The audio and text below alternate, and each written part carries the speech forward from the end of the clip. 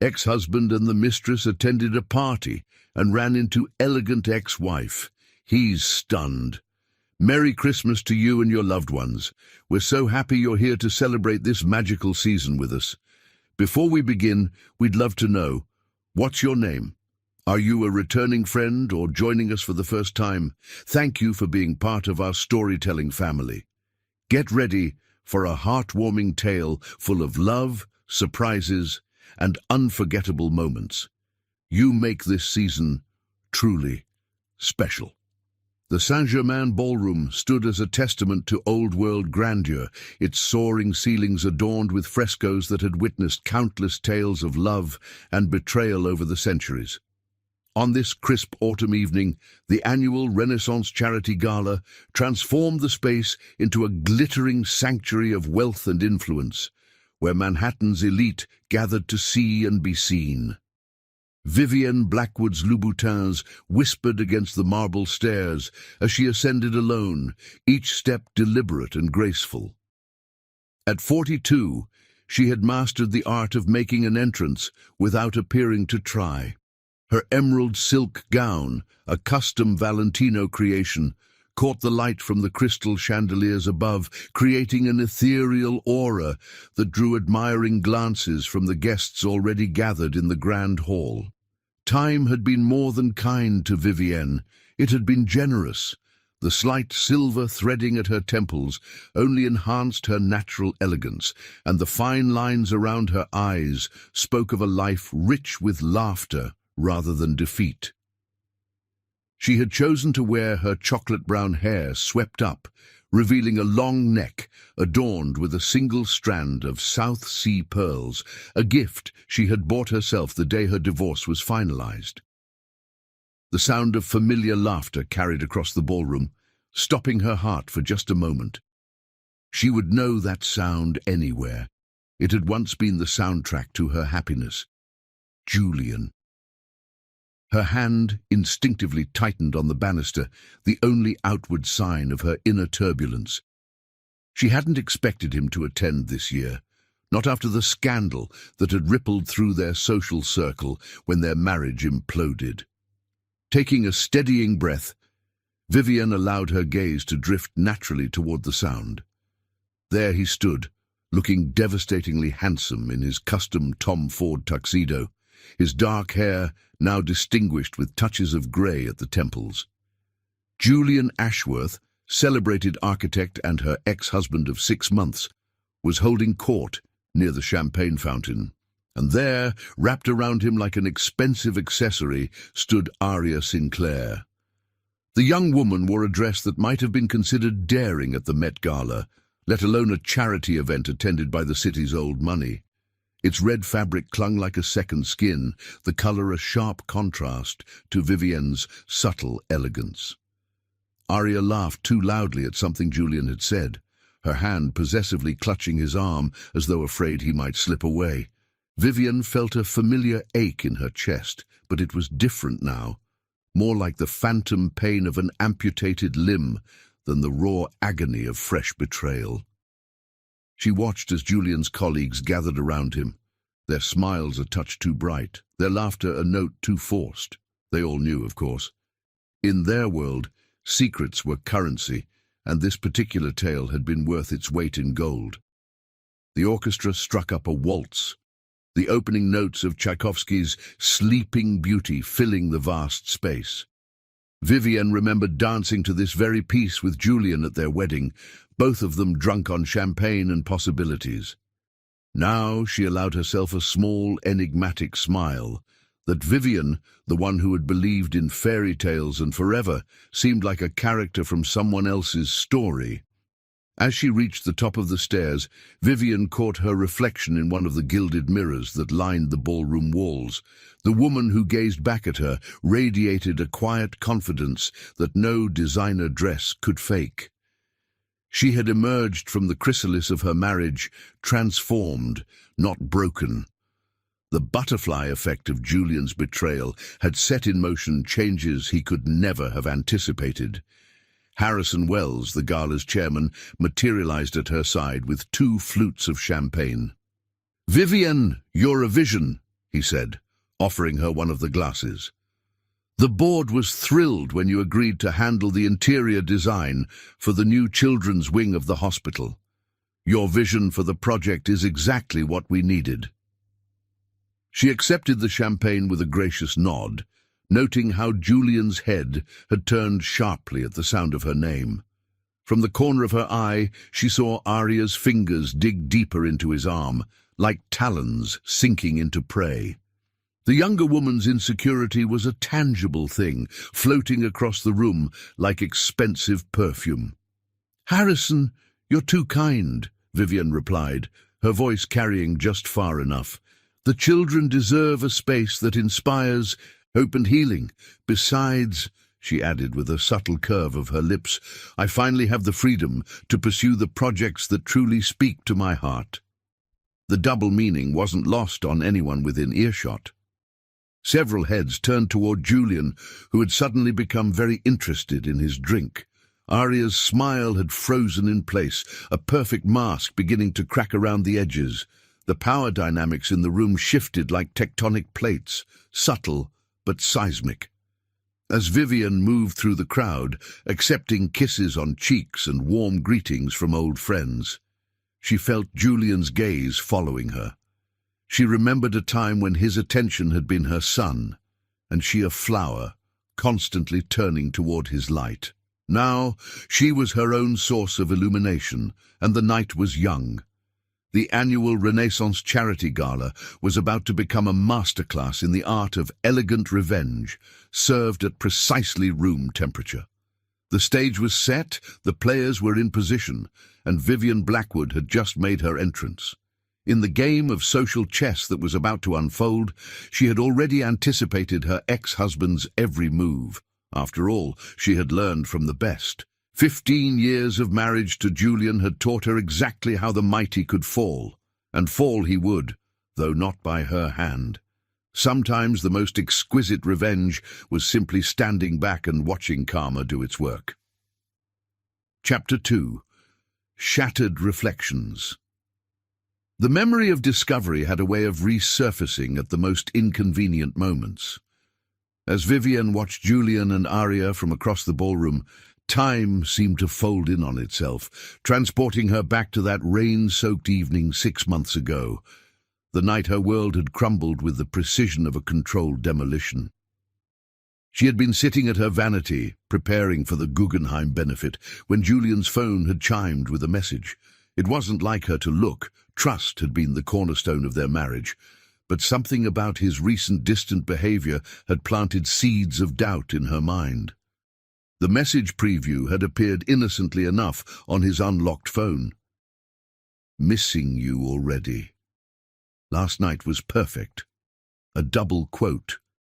The perfume bottle she'd been holding had slipped from her fingers, shattering against the marble floor. The scent of Clive Christian No. 1, Julian's gift for their 15th anniversary, had filled the air, its once beloved fragrance now sickeningly sweet. The pieces of crystal had caught the light like diamonds, beautiful even in destruction. How fitting, she thought now, that something so precious could become dangerous when broken. Standing in the present moment at the gala, Vivienne took a measured sip of champagne, allowing the bubbles to dance on her tongue. She observed how Arya kept glancing around the room, as if searching for approval from the social circle she so desperately wanted to join. The younger woman's dress, a scarlet Versace that screamed new money, was a desperate attempt to belong in a world where subtlety was currency. The flashback continued to unfold in her mind, a parallel narrative to the present scene. That fateful night, she had waited for Julian, seated in their library with his phone on the antique desk between them. When he'd walked in, loosening his tie with practiced ease, she had simply said, "Tell me about Arya." His reaction had told her everything. The slight stiffening of his shoulders, the almost imperceptible step backward. Julian had always been excellent at negotiating deals worth millions, but he had never learned to lie to his wife convincingly. "She's nothing," he had started to say, But Vivienne had raised her hand, silencing him with the gesture she had perfected over years of chairing charity committees. "Don't insult my intelligence, Julian. That's beneath both of us." The conversation that followed had been surprisingly civilized, though each word had carved new scars into her heart. Aria had been his protégée at the firm for 2 years. The affair had begun during the Monaco project, late nights over blueprints evolving into something more. He spoke of connection, of feeling understood, of rediscovering passion, each explanation a fresh betrayal. Now, watching them at the gala, Vivienne noticed how Julian's hand occasionally strayed to his collar, tugging at it as if it were too tight. It was his tell, a gesture she had come to recognize during difficult board meetings or uncomfortable social situations. Aria didn't notice it, of course. There were hundreds of such subtle signals that could only be learned through years of intimate knowledge, not stolen moments in high-end hotels. The weeks following her discovery had been a masterclass in dignity. Vivienne had moved through their divorce proceedings like a general orchestrating a strategic retreat. Their prenuptial agreement had been ironclad. She had insisted on it, ironically, to prove she wasn't after his money. But her real victory had been in the details, keeping their townhouse on the Upper East Side, maintaining relationships with their most influential social connections, and most importantly, preserving her reputation, while rumors of his indiscretions spread through Manhattan's upper echelons. She had allowed herself to break down only once, the night after signing the divorce papers. Alone in their, now her, master bathroom, she had stared at her reflection for hours, watching tears track perfectly straight lines down her cheeks, ruining her carefully applied La Mer moisturizer. The woman in the mirror had seemed like a stranger, someone who had aged decades in mere months. But that night had also marked a turning point. As she'd wiped away the tears, she had noticed something different in her reflection, a steely determination that reminded her of her mother. Genevieve Blackwood had raised her to be resilient, to understand that true power lay not in the man you married, but in the woman you became. In the following months, Vivienne had reinvented herself with the same attention to detail she brought to her design projects. She expanded her interior design firm, taking on high-profile clients who had previously worked exclusively with Julian's architectural firm. She redecorated the townhouse, erasing all traces of their shared life with a palette of blues and silvers that made the space feel larger, cooler, more serene. The sound of Aria's too loud laughter pulled Vivienne back to the present moment. She watched as the younger woman touched Julian's arm possessively, marking her territory. Poor girl, Vivienne thought, not unkindly. She had no idea that possession was an illusion, that Julian was like water. The tighter you tried to hold him, the more surely he would slip through your fingers. Harrison Wells appeared at her elbow again, this time accompanied by Xavier Constantine, whose recent acquisition of 3 major real estate developments had made headlines in the Financial Times. Xavier's dark eyes held hers a moment longer than necessary as he bent to kiss her cheek in greeting. "Vivienne, you're absolutely radiant tonight," Xavier said, his voice carrying just far enough to reach Julian's ears. "Harrison tells me you're designing the new children's wing. I'd love to hear more about your vision for the project." She felt Julian's attention shift toward their conversation, saw how his hand tightened around his champagne flute. The same possessive instinct that had once bound them together was now torturing him from afar. It was a satisfaction she hadn't anticipated, not the pleasure of revenge, but the quiet vindication of having survived, thrived, and emerged stronger. "Of course," she replied to Xavier, allowing her smile to reach her eyes. "Though I should warn you, once I start talking about design, it's hard to get me to stop." "I can't think of a better way to spend the evening," Xavier responded, offering his arm. As they moved toward the terrace, Vivian caught their reflection in one of the ballroom's massive mirrors. They made a striking pair, her emerald gown complementing his classic black tuxedo, both of them carrying themselves with the easy confidence of people accustomed to moving through the world on their own terms. The woman in the reflection bore little resemblance to the one who had collapsed before her vanity mirror 6 months ago. This woman's smile held secrets rather than pain. Her posture spoke of strength rather than survival. The shattered pieces of her former life had been transformed into something new, something harder, something that caught the light not like broken glass, but like diamonds. Behind them, Julian watched their retreat, his hand absently tugging at his collar once more. Arya was saying something, her red lips moving rapidly, but he wasn't listening. He was remembering another gala years ago when Vivian had worn white and promised to be his forever. How strange that forever could end so suddenly, leaving nothing but reflections of what might have been. Chapter 3. The Rising Star. The crystal glasses clinked like wind chimes as servers weaved through the crowd with practiced precision. Arya Sinclair watched them with the heightened awareness of someone who had spent years studying the choreography of high society from the outside. Every detail mattered, the way the servers held their trays at precisely the right angle, the subtle hierarchy in the vintage of wines being offered to different groups, the calculated placement of influential guests throughout the ballroom. 6 months ago, she had been the rising star at Julian's architectural firm. Now she was discovering that being his partner required a completely different kind of architecture, the careful construction of a social identity. From her position near the champagne fountain, she could observe Vivienne's masterful navigation of the room. The woman moved with the kind of confidence that couldn't be purchased or practiced. It came from generations of belonging. Arya unconsciously straightened her posture, trying to mirror that effortless elegance. Her Versace dress, which had seemed so perfect in the boutique, now felt like a costume in comparison to Vivienne's understated Valentino. Julian's hand rested at the small of her back, but she could feel the tension in his touch. She didn't need to follow his gaze to know he was watching his ex-wife. That's what Vivienne would always be, the ex-wife, as if any other description would somehow diminish her significance. The thought made Arya's stomach twist with an emotion she wasn't ready to name. A flashback to her first day at Ashworth Architects 3 years ago invaded her mind. She had been 27, armed with a master's degree from Cornell and recommendations that had opened the right doors.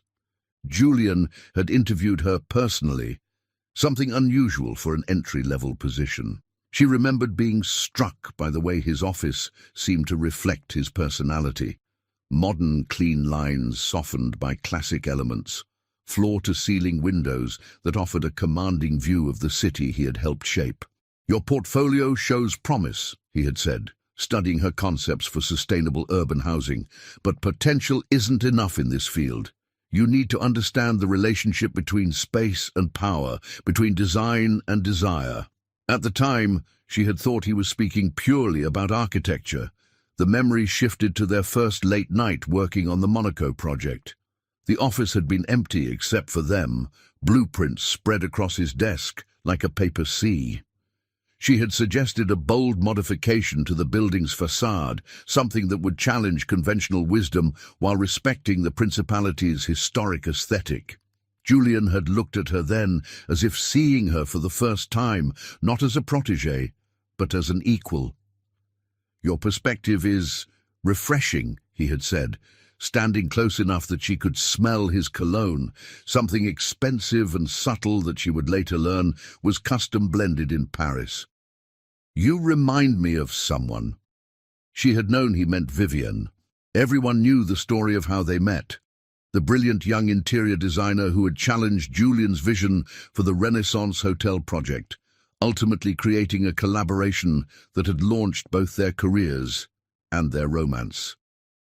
History had a way of repeating itself, but never quite in the way one expected. Now standing in the Saint-Germain ballroom, Aria watched as Xavier Constantine led Vivienne toward the terrace. The way he looked at her was impossible to miss. There was hunger there, but also something else. Respect, admiration. Whatever it was, it made Julian's fingers press harder against her back. "Darling," she said, trying to draw his attention back to her, "shouldn't we greet the Vanderhoffs? They're potential clients for the Chicago project." Julian's response was delayed by a fraction of a second, long enough for her to know his mind was elsewhere. "Of course," he said, finally turning to face her. "Though I believe they've already signed with Constantine Development for that particular venture." The news hit her like a physical blow. The Chicago project had been meant to be her debut as a full partner in the firm, her chance to prove herself to the board members who still viewed her promotion with skeptical eyes. She had spent weeks preparing the proposal, incorporating elements of sustainable design that would set their bid apart. "When did this happen?" she asked, fighting to keep her voice steady. "The decision was made this morning," Julian replied, his tone clipped. "Apparently Constantine offered them a more comprehensive package." The implications hung in the air between them. Constantine Development had been aggressively expanding its portfolio, and rumors suggested that Vivienne's interior design firm had become their exclusive partner for all new projects. It was a masterful move on both their parts. Constantine got the sophistication and connections that came with Vivienne's brand, while she gained the backing of one of the largest development companies on the East Coast. Aria felt the familiar stirring of panic in her chest, the same sensation she had experienced during her first major presentation to the board.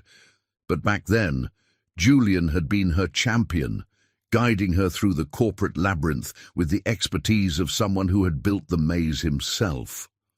Now, watching him watch Vivienne, she wondered if she had mistaken possession for partnership. A waiter approached with fresh champagne, and Aria noticed how he offered her the same vintage being served to the younger guests, while the bottle presented to Julian was clearly superior. These small humiliations were beginning to accumulate like grains of sand in an hourglass, marking the time until what? She pushed the thought away. "Julian," she began, but was interrupted by the approach of Margaret Vanderhoff herself, a woman whose family had been shaping Manhattan's skyline since the Gilded Age. "Julian, darling," Margaret said, air-kissing his cheek while completely ignoring Aria's presence. "I trust you understand our decision regarding the Chicago property. Business is business, after all. Though I must say, Vivienne's vision for the interior spaces was quite compelling." Aria watched as Julian manufactured a smile that didn't reach his eyes. "Of course, Margaret. Constantine Development is lucky to have her expertise." "Isn't it fascinating," Margaret continued, her voice dripping with false sympathy, "how these things tend to work out? One door closes, another opens. Though I suppose in your case you rather slammed that door yourself, didn't you?" The older woman's gaze finally flickered to Aria, a dismissive glance that managed to communicate generations of social superiority in a single moment. Aria felt her cheeks burn, the flush clashing with her scarlet dress. She had earned her position, her designs were innovative, her work ethic unquestionable. Yet here she stood, being dismissed as nothing more than the reason for a scandal. Across the room, Vivienne's laugh carried like music over the steady hum of conversation. She was standing with Xavier on the terrace now, the city lights creating a backdrop that looked almost staged in its perfection. Several board members from Constantine Development had joined them, their body language suggesting serious business discussion despite the social setting. Aria remembered finding a photograph while helping Julian move out of the townhouse. Vivienne at their wedding, caught in a moment of unguarded joy. She had been wearing Vera Wang, her smile radiant, eyes fixed on Julian with complete trust and adoration. Aria had studied that photo for a long time, trying to understand what made this woman so extraordinary that her shadow still lingered over everything, even in her absence. Now, watching Vivian command the attention of Manhattan's elite with such effortless grace, Arya began to understand. It wasn't just beauty or breeding or even talent. It was an absolute certainty in one's own worth. Vivian had emerged from the ruins of her marriage not as a victim, but as a force of nature. The orchestra began playing a waltz, Tchaikovsky's Swan Lake. Julian's posture stiffened almost imperceptibly. Later, Arya would learn that this had been his and Vivian's song, the one they had danced to at every significant moment of their marriage. But for now, all she knew was that the man beside her seemed to be slipping away, like sand through her fingers. "Shall we dance?" she asked, trying to reclaim his attention. Julian shook his head slightly. "I need some air," he said, already stepping away from her. "Excuse me." Arya watched him disappear into the crowd, leaving her alone near the champagne fountain. She caught her reflection in its cascading surface, distorted, fragmented, but still recognizable. The rising star, she thought bitterly, was beginning to look more like a falling one. A subtle movement caught her eye. Through the fountain's flowing crystal streams, she saw Vivian watching her.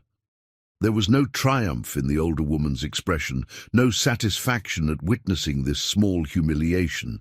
Instead, there was something that looked almost like recognition, as if Vivian could see in Arya's face the same doubts she had once battled herself.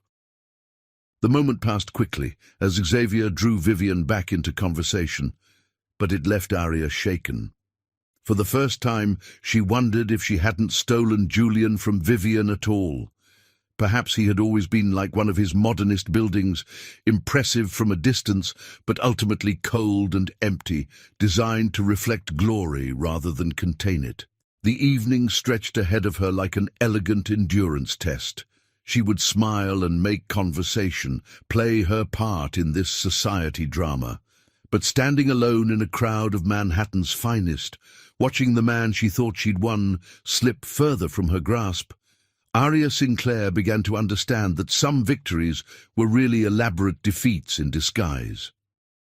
The clock struck 10, its chimes echoing through the ballroom like a reminder that all fairy tales have their midnight moment when carriages turn back into pumpkins and borrowed glory fades. Arya straightened her spine and raised her chin, determined to maintain her composure. After all, wasn't that what she had learned from watching Vivian all these months? Style wasn't about the dress you wore or the man on your arm. It was about facing your demolition with dignity and rebuilding yourself from the rubble. Let them watch, she thought, taking a deliberate sip of champagne. Let them whisper and judge. She would show them all that she was more than Julian Ashworth's mistress-turned-partner. She was an architect, in her own right, and if necessary, she would design herself a new future, one that didn't depend on borrowed prestige or reflected glory. But even as she formed this resolution, she could feel the weight of uncertainty settling around her shoulders like an invisible shawl. The night was still young, and in the glittering world of Manhattan's elite, fortunes could rise or fall in the space between one dance and the next. The real question was whether she would be standing or falling when the music finally stopped. Chapter 4. Whispers and Waves. The Saint-Germain ballroom had transformed into a living organism, its occupants moving like schools of exotic fish through carefully delineated social currents.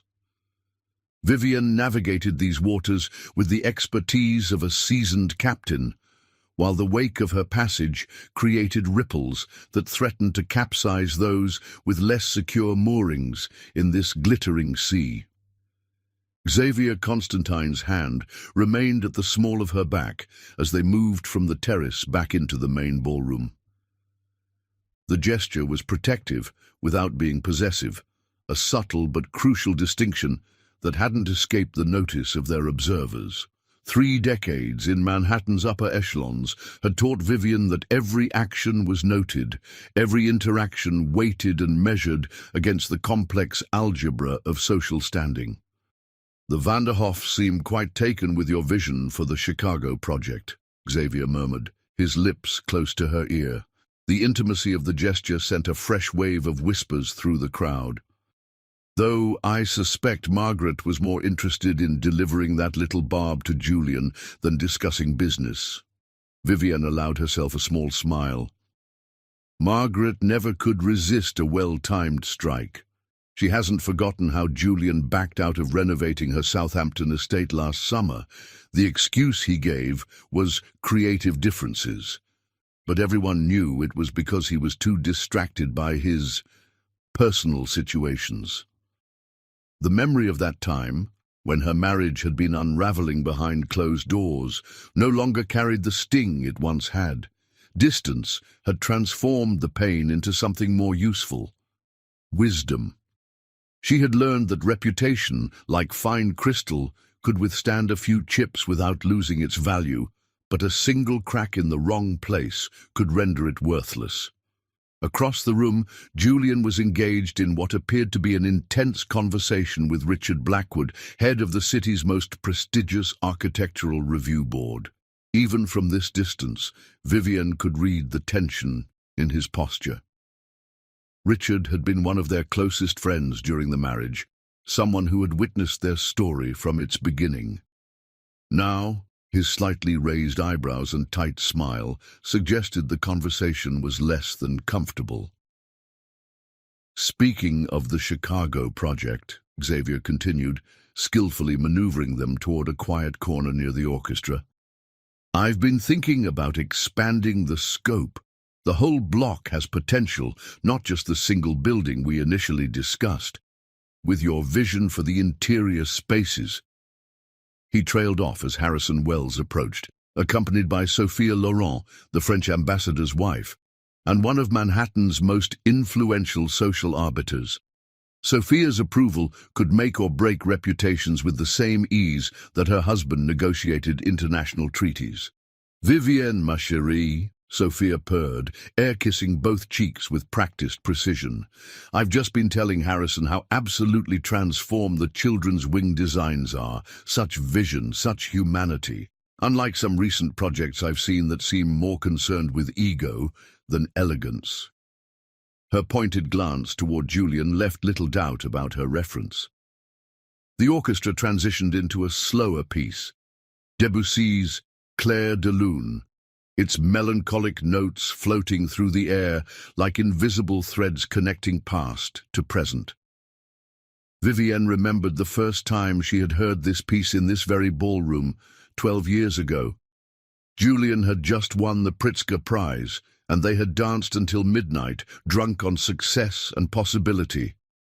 Now, the music carried a different resonance, speaking of endings rather than beginnings. "You're too kind, Sophia," Vivian replied, her voice carrying just the right note of modesty, "though I must give credit to Xavier and Constantine Development for having the courage to support a more innovative approach." Harrison nodded approvingly. "The board was particularly impressed with how you've integrated healing gardens into every floor. It's exactly the kind of forward-thinking design we need." The conversation flowed seamlessly into a discussion of the project's technical details, but Vivian remained acutely aware of the undercurrents sweeping through the room. Julian had shifted positions, now standing near a massive arrangement of white orchids, his attention seemingly fixed on their group, while Aria spoke animatedly to a junior partner from his firm who looked increasingly uncomfortable. A server appeared with fresh champagne, Krug Grande Cuvée, Vivienne noted, the vintage reserved for the evening's most important guests. She accepted a glass with a gracious nod, remembering how she had once managed the intricate social hierarchies of such events as Julian's wife.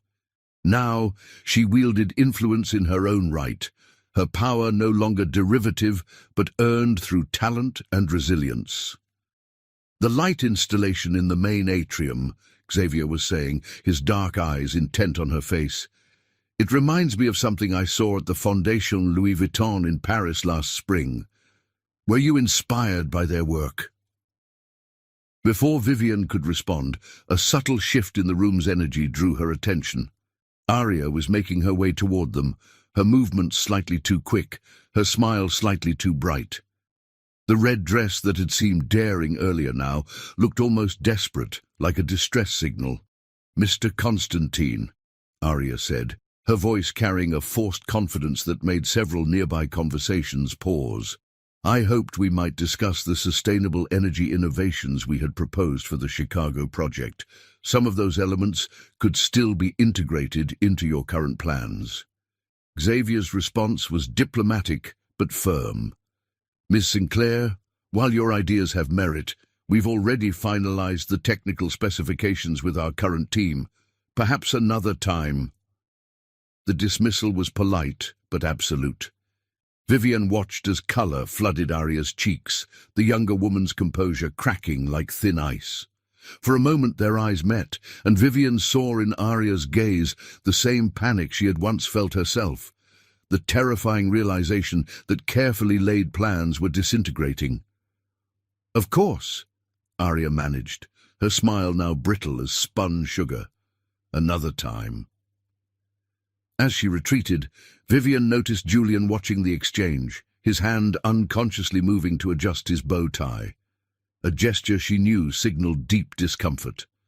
The symphony of whispers around them grew louder, like waves building before breaking.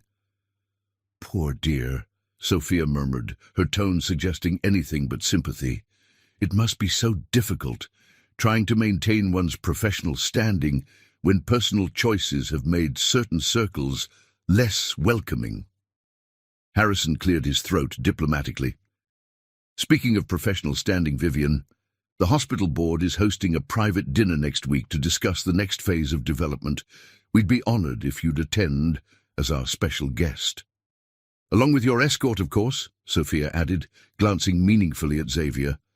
The invitation was more than a social courtesy. It was a public endorsement, a clear signal of where allegiances now lay. Vivienne could feel Julian's attention like a physical weight, knew without looking that he would remember how such invitations had once been extended to them as a couple. "I would be delighted," she replied, allowing Xavier's hand to settle once more at the small of her back. The orchestra began another piece, Strauss's Blue Danube, and couples moved toward the dance floor. Xavier turned to her with a questioning look, but before he could speak, a commotion near the entrance caught everyone's attention. Sebastian Rothschild, chairman of the city's largest investment firm and a key client of Julian's, was making an unexpected early departure. His wife's expression suggested a hasty retreat rather than a planned exit. More significantly, he had been scheduled to announce a major new development project later in the evening, one that would have cemented Julian's firm's position as the city's premier architectural practice. Vivian watched as Julian quickly made his way toward the departing couple, but Sebastian's curt handshake and avoiding gaze told its own story. Another piece of Julian's carefully constructed empire was slipping away, not through any direct action of hers, but through the natural consequences of choices made months ago. "Shall we dance?" Xavier asked, his voice drawing her back to the present moment. Vivian placed her hand in his, allowing him to lead her onto the dance floor. As they moved together with practiced ease, she caught their reflection in the ballroom's mirrors.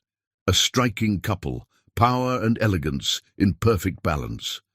The whispers followed their movement, but now they carried a different tone, anticipation rather than scandal, appreciation rather than judgment. From this vantage point, she could see the entire room like a chessboard, each player making moves that would ripple through their shared world for months to come. Aria stood alone near a column, her earlier confidence replaced by uncertainty. Julian was still engaged with Sebastian's retreating form, his shoulders set in a way that spoke of mounting frustration. The music swelled, and Xavier drew her closer. "You're extraordinary," he murmured, his words meant for her alone. "The way you've handled everything, the grace you've shown." Vivian allowed herself to relax slightly in his embrace, aware that this too would be noted and discussed. But for the first time in months, she found she didn't mind being the subject of conversation. Let them talk. Let them see how a woman of substance handled both triumph and betrayal with equal elegance.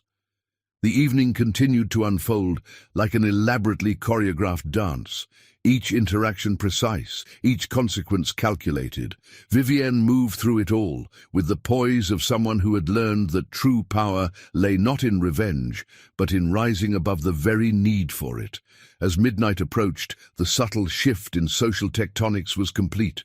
Where once she had been half of Manhattan's most celebrated power couple, she now stood alone, yet stronger, more influential, more assured. The whispers and waves that had threatened to drown her 6 months ago now carried her forward, proving that sometimes the most sophisticated revenge was simply living well. The orchestra's final notes hung in the air like crystal drops, each one perfect and fleeting. Vivian caught Julian watching her one last time, his expression unreadable. But it didn't matter anymore. She had moved beyond the need for his approval or understanding. The woman who had once shaped herself to fit his world had emerged from the crucible of betrayal as something far more valuable: herself. As the evening drew to a close, the whispers continued their dance through the crowd, but Vivienne no longer needed to listen. She had written her own story in the language of success and dignity, and its eloquence spoke louder than any gossip ever could. The waves of change she had set in motion would continue long after the last guest had departed, reshaping the landscape of their shared world in ways that none of them, not even she, could fully predict. Tomorrow would bring new challenges, new projects, new opportunities. But for now, in the golden light of the Saint-Germain ballroom, Vivian Blackwood had proven that the best revenge wasn't just living well, it was living magnificently on one's own terms, without apology or regret. Chapter 5. The Confrontation. The inevitable collision of past and present crystallized near the champagne fountain, where streams of golden liquid cascaded like time itself, flowing, merging, impossible to grasp. Vivian had been watching the delicate interplay of light through the crystal tears when she felt it, the shift in the air that always preceded Julian's approach. 15 years of marriage had attuned her to his presence like a tuning fork to its perfect pitch. Xavier's hand, which had been resting lightly at her waist, tensed almost imperceptibly. He had developed a similar sensitivity over the evening, reading the subtle changes in her posture that telegraphed Julian's proximity. But unlike Julian, Xavier's response was to draw closer rather than retreat, his protective instinct manifesting as quiet strength rather than possession. "I believe Mr. Ashworth would like a word," Xavier murmured, his lips close to her ear. "Shall I give you a moment?" Vivian turned slightly, allowing herself to study Julian's approach reflected in the ballroom's mirrors. He moved with the same confident stride that had first caught her attention at the Renaissance Hotel opening 12 years ago, but now she could see the effort behind it. His shoulders carried tension that hadn't been there 6 months ago, and Aria's absence from his side spoke volumes. "Stay," Vivian replied softly to Xavier, her voice carrying just enough warmth to make Julian's jaw tighten as he came within earshot. "Whatever needs to be said can be said in present company." The orchestra had begun playing Tchaikovsky's Waltz of the Flowers, an ironic choice given the thorny situation unfolding. Several nearby conversations paused as Manhattan's elite adjusted their positions to better observe the impending drama while maintaining plausible deniability of their interest. "Vivienne," Julian said, his voice carrying that familiar timbre that had once made her heart race. Now it struck her as performative, like an actor's well-practiced line. "You look—" He paused, searching for words that wouldn't give too much away. "Successful, content, unburdened," she supplied, her tone light but pointed. "Amazing what divorce can do for one's complexion." A flash of something, pain, anger, regret, crossed Julian's features before he managed to school them back into practiced neutrality. "I was going to say elegant, but I suppose those work too." Xavier's hand remained steady at her waist, an anchor in the emotional currents swirling around them. The champagne fountain's gentle splash provided a soothing counterpoint to the mounting tension. "The Chicago project," Julian continued, his voice dropping to ensure privacy despite their public setting. "Was that necessary? The Vanderhoffs were already in final negotiations with us." Vivienne took a deliberate sip of her champagne, allowing the moment to stretch. "Business is business, darling. Isn't that what you always used to say? Usually right after explaining why you needed to work late with your protégé." The reference to Aria landed like a perfectly aimed dart. Julian's hand moved to his collar, that telling gesture she knew so well. "This isn't about Aria." "No," Vivienne agreed, her voice carrying the crystalline clarity of absolute certainty. "This is about consequences, about ripples spreading from choices made, about learning that actions, like designs, must have integrity to stand the test of time." She let her gaze drift past Julian to where Aria stood watching them, the younger woman's face a study in barely contained anxiety. The red Versace dress that had seemed so daring earlier now appeared like armor donned for a battle. Its wearer wasn't prepared to fight. "The Rothschilds' early departure was unfortunate," Vivienne continued, each word precisely placed. "I heard Sebastian was supposed to announce the Murray Hill development tonight. 10 buildings, wasn't it? Would have been quite the feather in your firm's cap." Julian's posture stiffened further. The Murray Hill project had been months in the making, a development that would have secured his firm's dominance in the city's architectural landscape.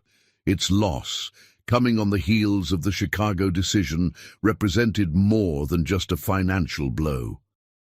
"You're enjoying this," he accused softly, something dark flickering in his eyes. "Watching it all unravel."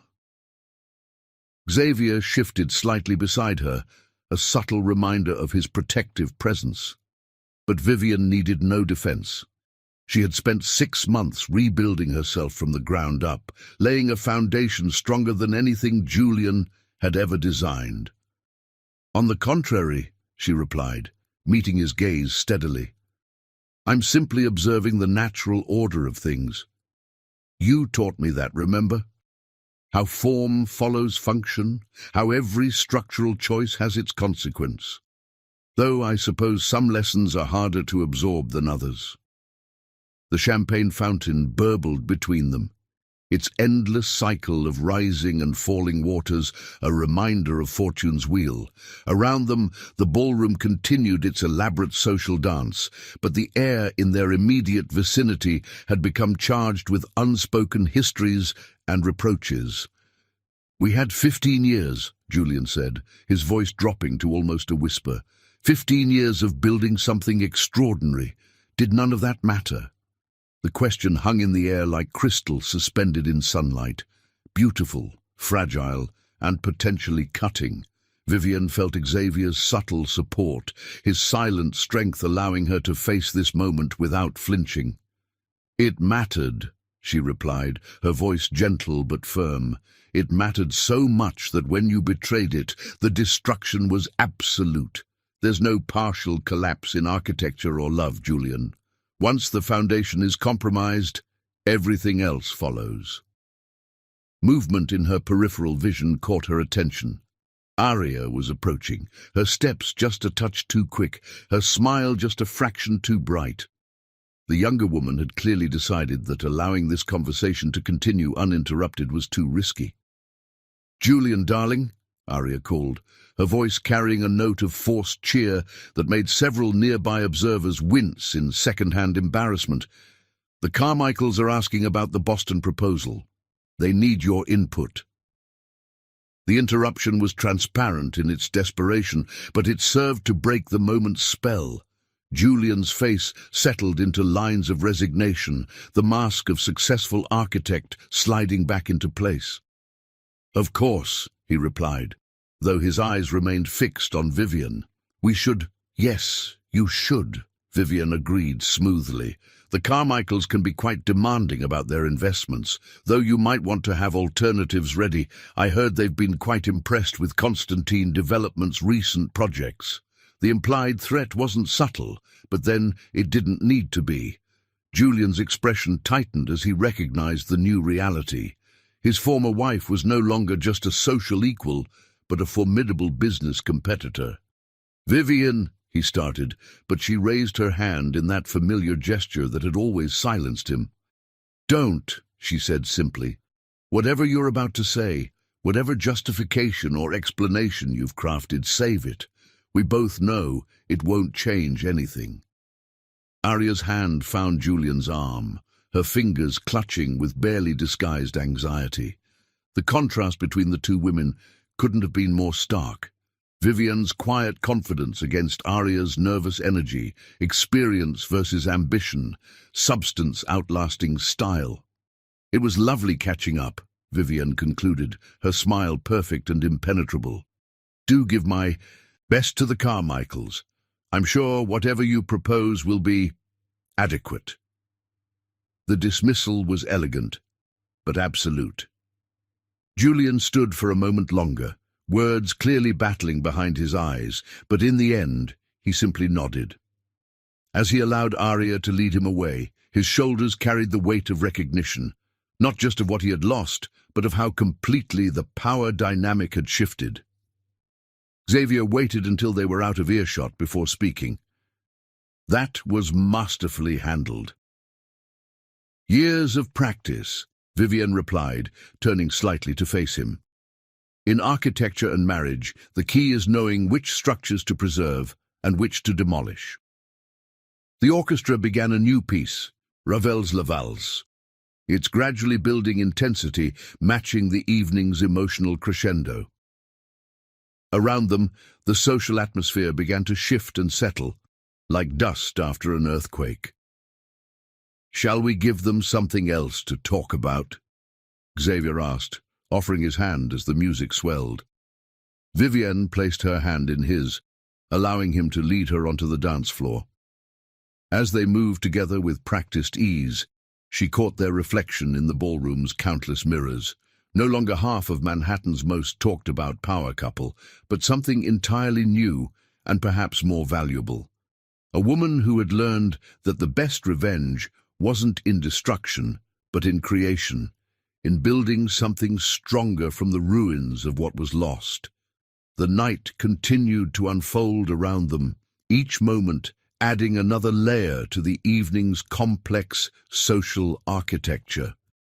Vivian moved through it all with the grace of someone who had discovered that true power lay not in the ability to hurt those who had hurt you, but in the strength to rise above the very desire for revenge. As midnight approached, she noticed Julian watching them from across the room, his expression unreadable. Arya stood beside him, speaking animatedly to a group that seemed more interested in watching Vivienne and Xavier dance. The younger woman's gestures had grown more pronounced as the evening wore on, her composure fraying like expensive fabric under too much strain. "Your ex-husband seems to be having an interesting evening," Xavier observed, his voice carrying a note of satisfaction. "Julian always did hate watching things slip out of his control," Vivian replied, "though you'd think he'd be used to it by now." The champagne fountain continued its endless cycle, its waters catching and reflecting the ballroom's lights like countless tiny stars.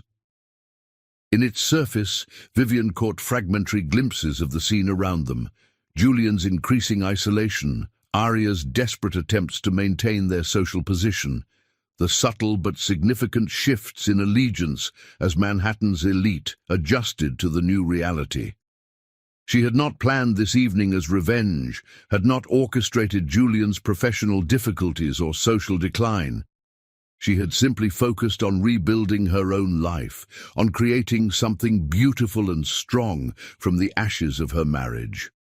That this process had naturally led to her ascendance while he struggled was simply proof that karma, like architecture, followed its own elegant rules of proportion and balance. The confrontation near the champagne fountain would be discussed in certain circles for weeks to come, analyzed for hidden meanings and subtle power plays. But for Vivienne, it represented something simpler and more profound, the final release of old patterns, the freedom to move forward without the weight of past hurts or the need for vindication. As Xavier guided her through another turn, she caught sight of Julian making his way toward the exit, Aria trailing in his wake.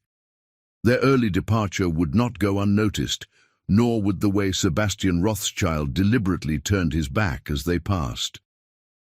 "Sometimes," Xavier murmured, drawing her attention back to the present moment, "the most satisfying victories are the ones we don't actively pursue." Vivienne allowed herself a small smile, knowing that tomorrow would bring new challenges, new projects, new opportunities to create rather than destroy. The confrontation that had seemed so inevitable had turned out to be less about confronting Julian and more about facing her own transformed reality. The orchestra's final notes hung in the air like promises waiting to be kept. Around them, the Saint-Germain ballroom continued its elaborate social dance, but Vivienne no longer needed to prove anything to anyone. She had built something stronger than revenge, a life entirely her own, designed with the wisdom of experience and executed with the precision of someone who understood that the most elegant solutions were often the simplest.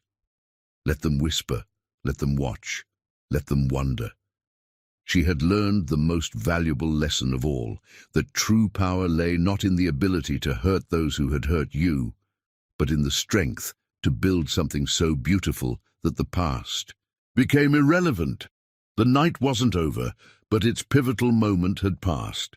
Whatever came next would be built on new foundations, with new blueprints, guided by the steady hand of someone who had learned that the best revenge wasn't just living well.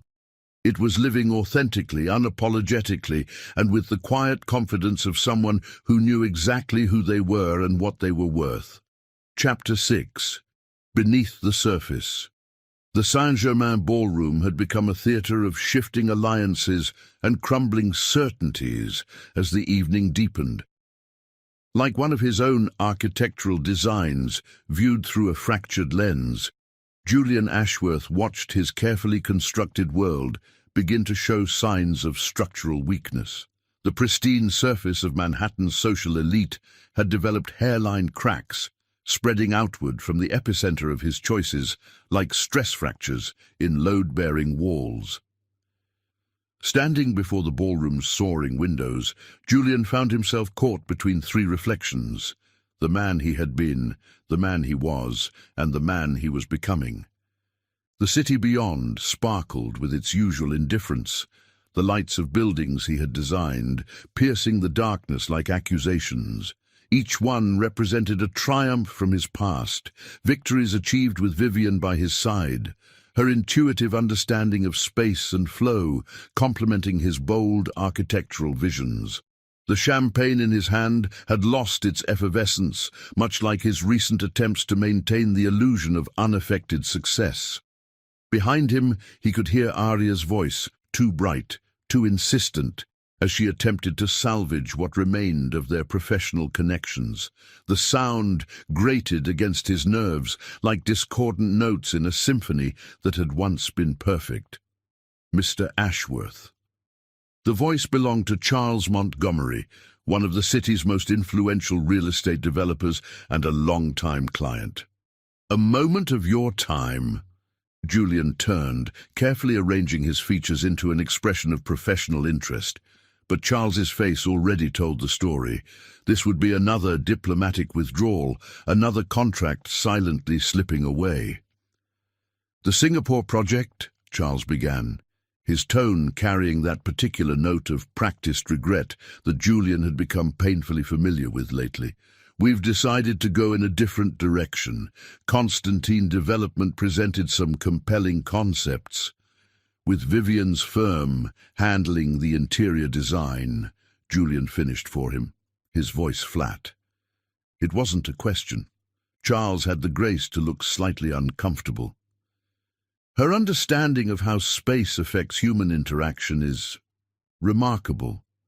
The way she's integrated healing elements into the children's wing at St. Grace's Hospital, it's revolutionary." The board was quite impressed. The mention of the hospital project struck particularly deep. It should have been his commission. Would have been, if not for the scandal that had erupted around his personal life. Instead, Vivian had secured it, transforming what could have been a simple medical facility into something that industry publications were already calling a new paradigm in healthcare design. "Of course," Julian replied, his architectural training helping him maintain a facade of composure. "Vivian has always had a unique vision." Across the room, he caught sight of her in one of the ornate mirrors. She was deep in conversation with a group of investors, her emerald gown catching the light as she gestured elegantly to emphasize a point. Xavier Constantine stood beside her, his protective presence a stark reminder of everything Julian had cast aside. The orchestra began playing Debussy's Clair de Lune, and the memory hit him with physical force. Vivienne at their piano in the townhouse, playing this very piece while he worked on designs, the music and his creativity flowing together in perfect harmony. How many evenings had they spent that way, each supporting the other's passion, building something greater than themselves? "Julian?" Arya's voice cut through his reverie, sharp with barely contained panic. "The Whitfields are asking about the cost overruns on the Shanghai project. I tried to explain about the Sustainable Materials Initiative, but they're insisting on speaking with you directly." He looked at her, really looked at her, and felt a sudden, crushing wave of recognition. She was beautiful, yes, and talented in her own right, but standing here in the ruthless light of consequence, he could see what he had been blind to before. Her youth wasn't an asset but a liability in a world where experience and subtle understanding meant everything. "Handle it," he said, his voice carrying an edge that made her step back slightly. "Isn't that what you wanted? To be taken seriously as a partner?" The words hung between them like shattered glass, reflecting uncomfortable truths from every angle. Arya's face crumpled slightly before she managed to recover, her professional mask slipping back into place with visible effort. "Of course," she said, but her voice had lost its confidence. "I'll just—" She retreated into the crowd, the red dress making her look like an open wound moving through the sea of more subtle evening wear. Julian turned back to the window, but Charles Montgomery had already moved on, gravitating naturally toward the growing circle around Vivian and Xavier. The pattern was becoming impossible to ignore. One by one, the pillars that had supported his professional dominance were crumbling. Not through any direct action of Vivian's. No, she was too elegant for obvious revenge. Instead, she had simply continued being herself, allowing natural consequences to unfold like a perfectly executed architectural plan. The Carmichaels have signed with Constantine Development. Thomas Whitman, his junior partner, appeared at his elbow with the latest blow. They're announcing it tomorrow. Julian closed his eyes briefly, feeling the weight of another failure settle onto his shoulders. The Carmichael project had been meant to be his statement piece, a declaration that recent events hadn't affected his standing in the architectural world. Instead, it had become another domino in the cascade of professional setbacks. "And the Boston development?" he asked, though he already knew the answer. Gone as well, Thomas confirmed, his voice carefully neutral. They cited a desire for fresh perspectives. Fresh perspectives. The euphemism almost made him laugh. What they really meant was that they wanted distance from the scandal, from the whispers, from the growing perception that Julian Ashworth had lost more than just his marriage when he chose passion over partnership. The evening had taken on the quality of a slow-motion collapse, each interaction bringing new evidence of his diminishing influence. Even those who had once sought his mentorship now gave him a wide berth, as if professional failure might be contagious. Through it all, Vivienne continued to shine, her success not a weapon, but a testament to her inherent grace and talent. She had emerged from their divorce not destroyed, but distilled, her strength and vision refined by the fire of betrayal. The woman who had once been content to share his spotlight now commanded attention in her own right. The orchestra transitioned into another piece, Tchaikovsky's Waltz of the Flowers, and Julian watched as Xavier led Vivienne onto the dance floor. They moved together with the easy confidence of people secure in themselves and each other. The contrast with Aria's earlier nervous energy was stark and revealing. "She's something else, isn't she?" The voice belonged to Harrison Wells, who had materialized beside him with the silent efficiency of someone used to observing human drama from up close. "She always was," Julian admitted, the words carrying the weight of belated recognition. "I just forgot?" Harrison suggested mildly, "or perhaps never fully appreciated it until now." The question struck uncomfortably close to home. Had he appreciated Vivienne's quiet strength, her intuitive understanding of both spaces and people? Or had he taken it for granted, like the foundation of a building, essential but unremarkable until it's compromised? "The Children's Wing Project," Harrison continued, his tone conversational but his eyes sharp. "It's already being talked about in international circles. The way she's integrated healing gardens with patient spaces, the use of natural light and organic flow patterns, it's revolutionary. Several other hospitals have expressed interest in similar concepts." Each word was another crack in the facade of Julian's professional reputation. The hospital project should have been his, would have been if not for the scandal that had erupted around his personal choices. Instead, it had become Vivienne's triumph, a showcase for her unique vision and understanding of how space affected human experience. "The board was particularly impressed with her presentation," Harrison added, twisting the knife with practiced skill. "Such attention to the human element, something that's been notably lacking in some recent submissions we've received." The critique was subtle but clear. Julian's recent designs had been criticized for prioritizing dramatic statements over practical functionality, for seeking to impose his vision rather than serve the needs of those who would inhabit his spaces. He had dismissed such feedback as jealousy or lack of vision, but now, watching Vivienne expertly navigate both the social and professional aspects of the evening, he wondered if he had lost sight of something essential. Aria appeared again, her movements carrying the slight desperation of someone watching their dreams dissolve in real time. "Julian, please. The Whitfields are threatening to go public with their concerns about the Shanghai project." The Shanghai project, another potential disaster in the making. The budget overruns had been significant, but he had been confident in his ability to justify them through the innovative use of sustainable materials. Now, watching his professional reputation crumble, he wondered if that confidence had been yet another form of self-deception.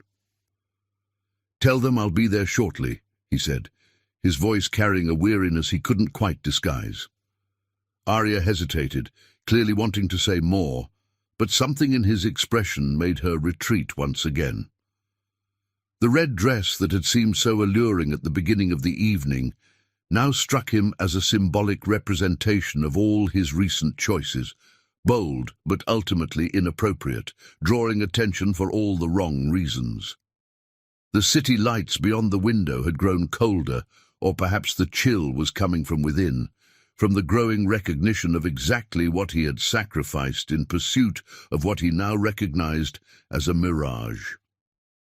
The reflection looking back at him told its own story.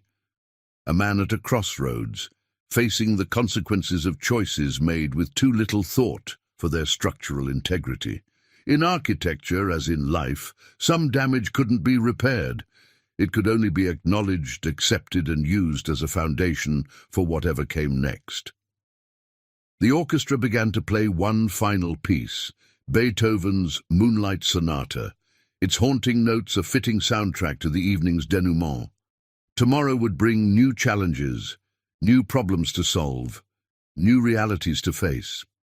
But for now, Julian Ashworth stood alone at his window, watching his reflection blur against the city lights, understanding finally that some losses, once sustained, became permanent features of the landscape of one's life. Behind him, the gala continued its elaborate dance of power and pretense, but he remained at his window, a silent observer to the shifting tides of fortune. The city beyond sparkled with endless possibility that now seemed to belong to others, while he stood in the gathering darkness, counting the cost of dreams destroyed by his own hand. The night air pressed against the glass like judgment, cold and unforgiving. In its reflection, he could see three distinct images overlaid. The man he had been with Vivienne, confident and complete. The man he had become with Aria, chasing an illusion of recaptured youth. And the man he was now, standing alone at the intersection of past choices and future consequences. The weight of recognition settled around his shoulders like a heavy cloak. He had destroyed something beautiful and rare in pursuit of what? Youth? Admiration? The illusion of recaptured passion? Now, watching Vivienne move through the room with such magnificent self-possession, he realized that he had never truly seen her until she was no longer his to see. The evening's subtle demolition of his professional and social standing continued, each interaction bringing new evidence of changed dynamics. Those who had once celebrated his vision now spoke of changing tastes and evolving perspectives in architecture. Those who had sought his mentorship now gave him wide berth, as if failure might be contagious. And through it all, Vivienne continued to rise, her success not each interaction bringing new evidence of changed dynamics. Those who had once celebrated his vision now spoke of changing tastes and evolving perspectives in architecture. Those who had sought his mentorship now gave him wide berth, as if failure might be contagious. And through it all, Vivienne continued to rise, her success not a deliberate attack, but a natural consequence of her inherent grace and talent. She had emerged from their divorce not bitter or broken, but renewed, like a building stripped to its bones and reconstructed with greater vision and purpose. The final notes of the orchestra hung in the air like crystal drops, each one perfect and fleeting. Julian caught Vivienne's reflection one last time, watching as she accepted Xavier's arm with natural elegance. They made their way toward the exit, surrounded by admirers and potential clients, leaving him alone with his reflection and the weight of irreversible choices. The city lights beyond the window continued to sparkle with indifferent beauty, each one a reminder of projects past and opportunities lost. In the end, he had built his personal life like some of his recent designs, prioritizing dramatic impact over structural integrity, choosing flash over foundation. And now, like those same designs, the flaws were becoming impossible to ignore. The night had become a masterclass in consequence, each moment bringing new understanding of what he had lost. Not just Vivienne, but the perfect partnership they had built, the way they had complemented and completed each other both personally and professionally. He had traded substance for surface, wisdom for passion, and the cost was proving to be higher than he could have imagined. As the last guests began to depart, Julian remained at his window, a solitary figure reflected against the backdrop of the city he had helped shape. The man looking back at him seemed older, wearier, but perhaps, finally, wiser. Some lessons he was learning came at a price that no amount of success could offset, and some mistakes, once made, became permanent features of the architecture of one's life. Chapter 7. The Dance. The orchestra's first notes of Tchaikovsky's Swan Lake floated through the Saint-Germain ballroom like memories given voice. Xavier Constantine's hand appeared before Vivian with perfect timing, an invitation written in the elegant arch of his fingers. From across the room, Julian watched as his ex-wife placed her hand in Xavier's with the kind of grace that couldn't be learned. It had to be inherited, like the genetic memory of generations of society women who had navigated these same waters before her. "Shall we?" Xavier's voice carried just far enough to reach those nearby, pitched perfectly to suggest both intimacy and propriety. The simple question contained multitudes. An invitation to dance, yes, but also to something more. A future unburdened by betrayal, a partnership based on mutual respect rather than past wounds. Vivian's smile held secrets as she rose from her seat, the emerald silk of her gown catching the light like captured starlight. "I thought you'd never ask." The dance floor cleared subtly as they moved to its center, other couples instinctively creating space for what was clearly the evening's defining moment. The orchestra seemed to understand the significance as well. Each note of Tchaikovsky's masterpiece rendered with exquisite precision. From his position near the windows, Julian felt the familiar ache of recognition. How many times had he and Vivian danced to this very piece? It had been their song, chosen for its complexity and grace, for the way it seemed to mirror their own partnership, each movement building on the last, creating something greater than its parts. Aria's hand clutched his arm with increasing pressure. "Julian, shouldn't we?" "Not now," he cut her off, unable to look away from the scene unfolding before them. There was something mesmerizing about watching Vivian dance with another man, like witnessing an alternate version of his own life playing out in real time.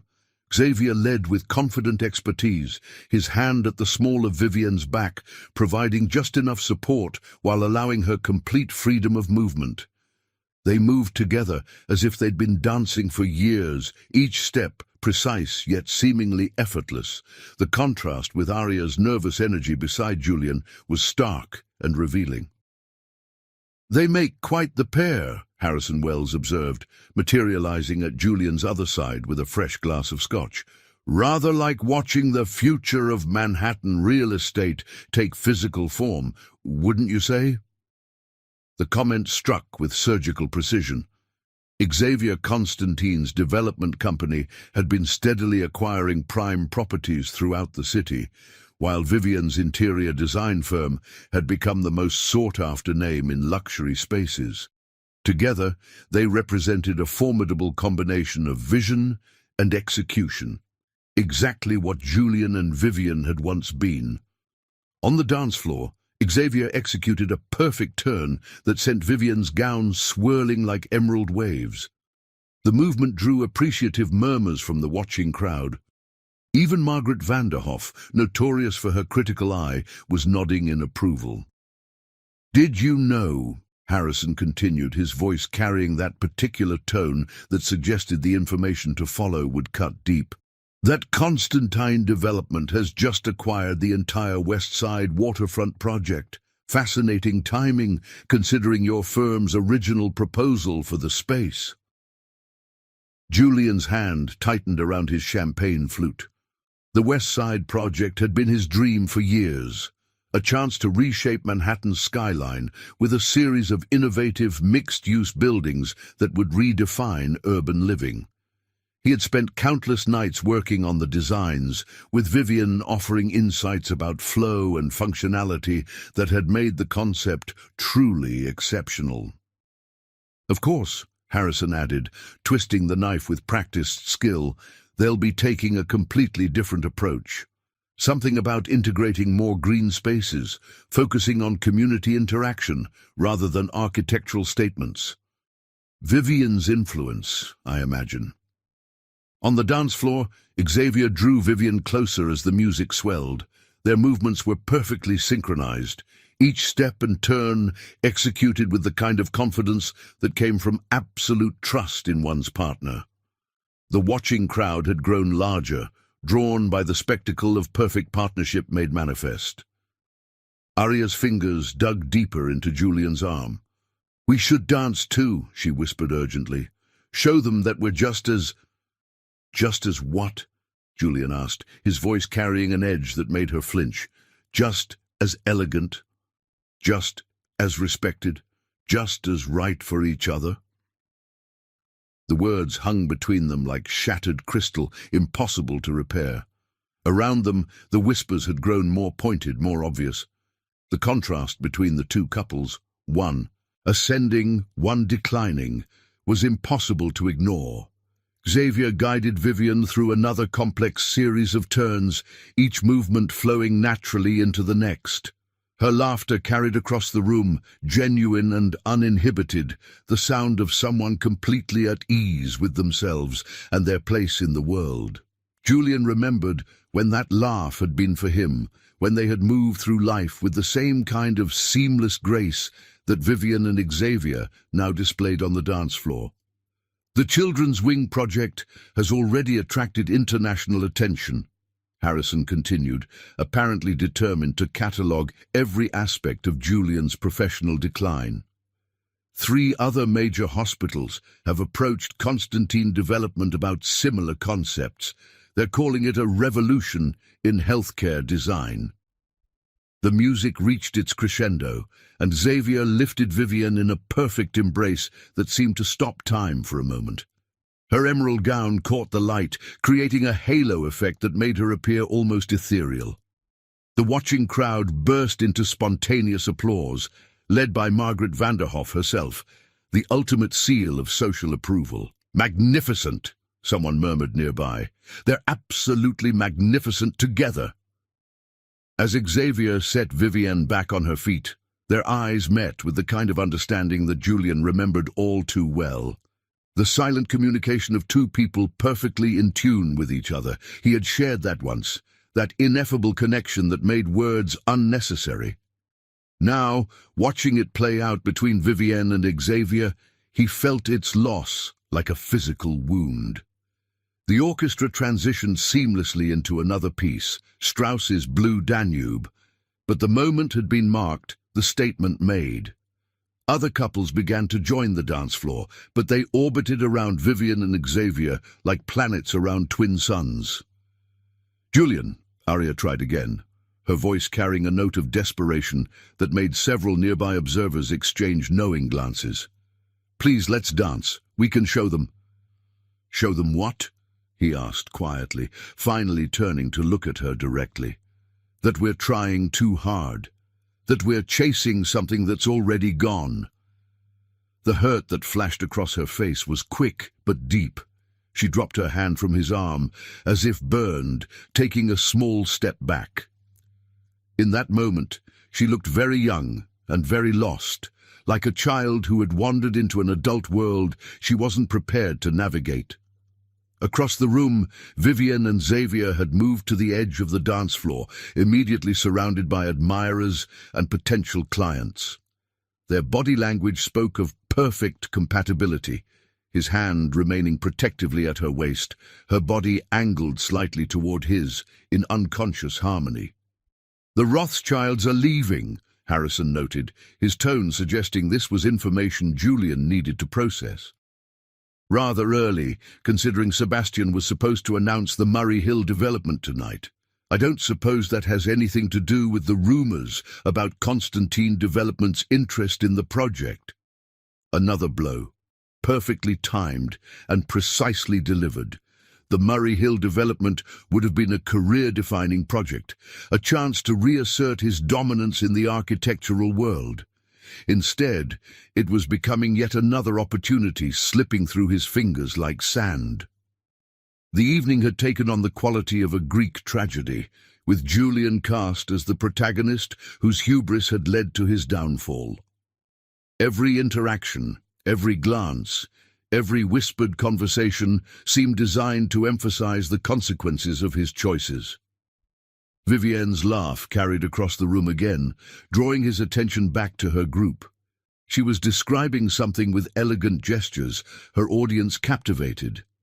Xavier watched her with undisguised admiration, his hand still maintaining that perfect balance between protective and possessive. "They're saying she's completely redesigned the concept for the West Side project," Harrison continued, apparently determined to catalogue every aspect of Julian's professional decline. Something about integrating vertical gardens with community spaces, revolutionary according to the preliminary reviews.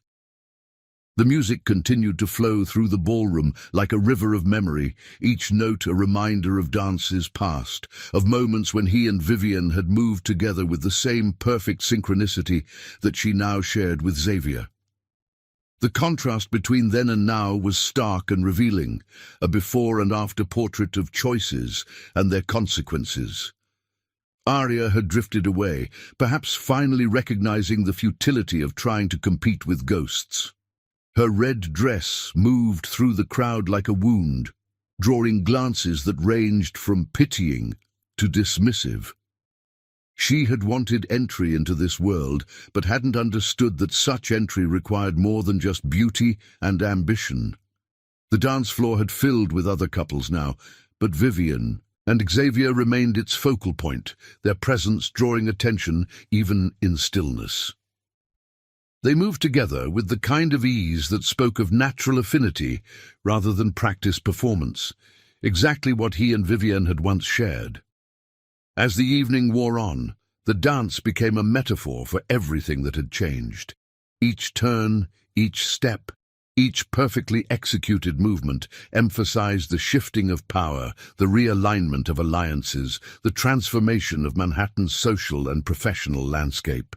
Julian remained at his window, watching it all unfold like an architect observing the demolition of his greatest work. The city lights beyond the glass sparkled with indifferent beauty, each one a reminder of projects past and opportunities lost.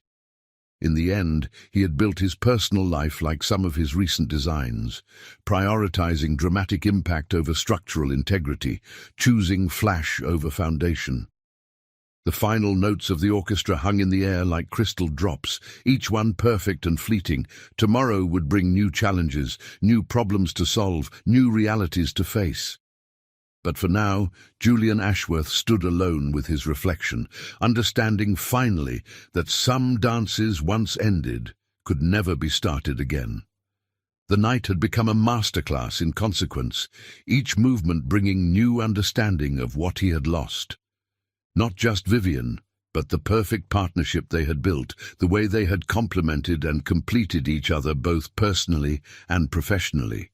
He had traded substance for surface, wisdom for passion, and the cost was proving to be higher than he could have imagined. As the last couples left the dance floor, Julian caught one final glimpse of Vivienne and Xavier in the ballroom's mirrors. They moved together with natural grace, their steps perfectly aligned, their future stretching out before them like a dance that was just beginning. And in that moment, Julian understood that some losses, once sustained, became permanent features of the architecture of one's life. Foundations that could never be rebuilt, dances that could never be redanced, partnerships that, once broken, remained forever changed. Chapter 8. Unraveling Threads. The weeks following the Saint-Germain Gala unfolded like a carefully orchestrated demolition. Each day brought new evidence of Julian's diminishing influence, as if the evening's events had triggered a cascade of professional consequences that no amount of architectural brilliance could halt. Monday morning found him in his corner office at Ashworth Architects, the Manhattan skyline spread before him like a testament to his past achievements. The space had once felt like a throne room. Now It seemed more like a museum of former glory. The Pritzker Prize, gleaming on its pedestal near the door, caught the morning light like a reproachful eye. "The board of directors has requested an emergency meeting," his assistant announced, her voice carefully neutral.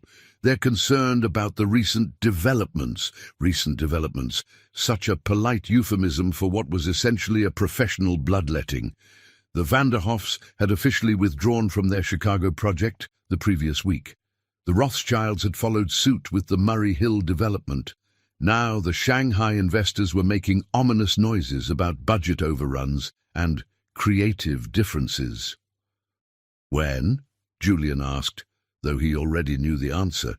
In their world, emergency meetings always happened at the most inconvenient times. It was part of the power play.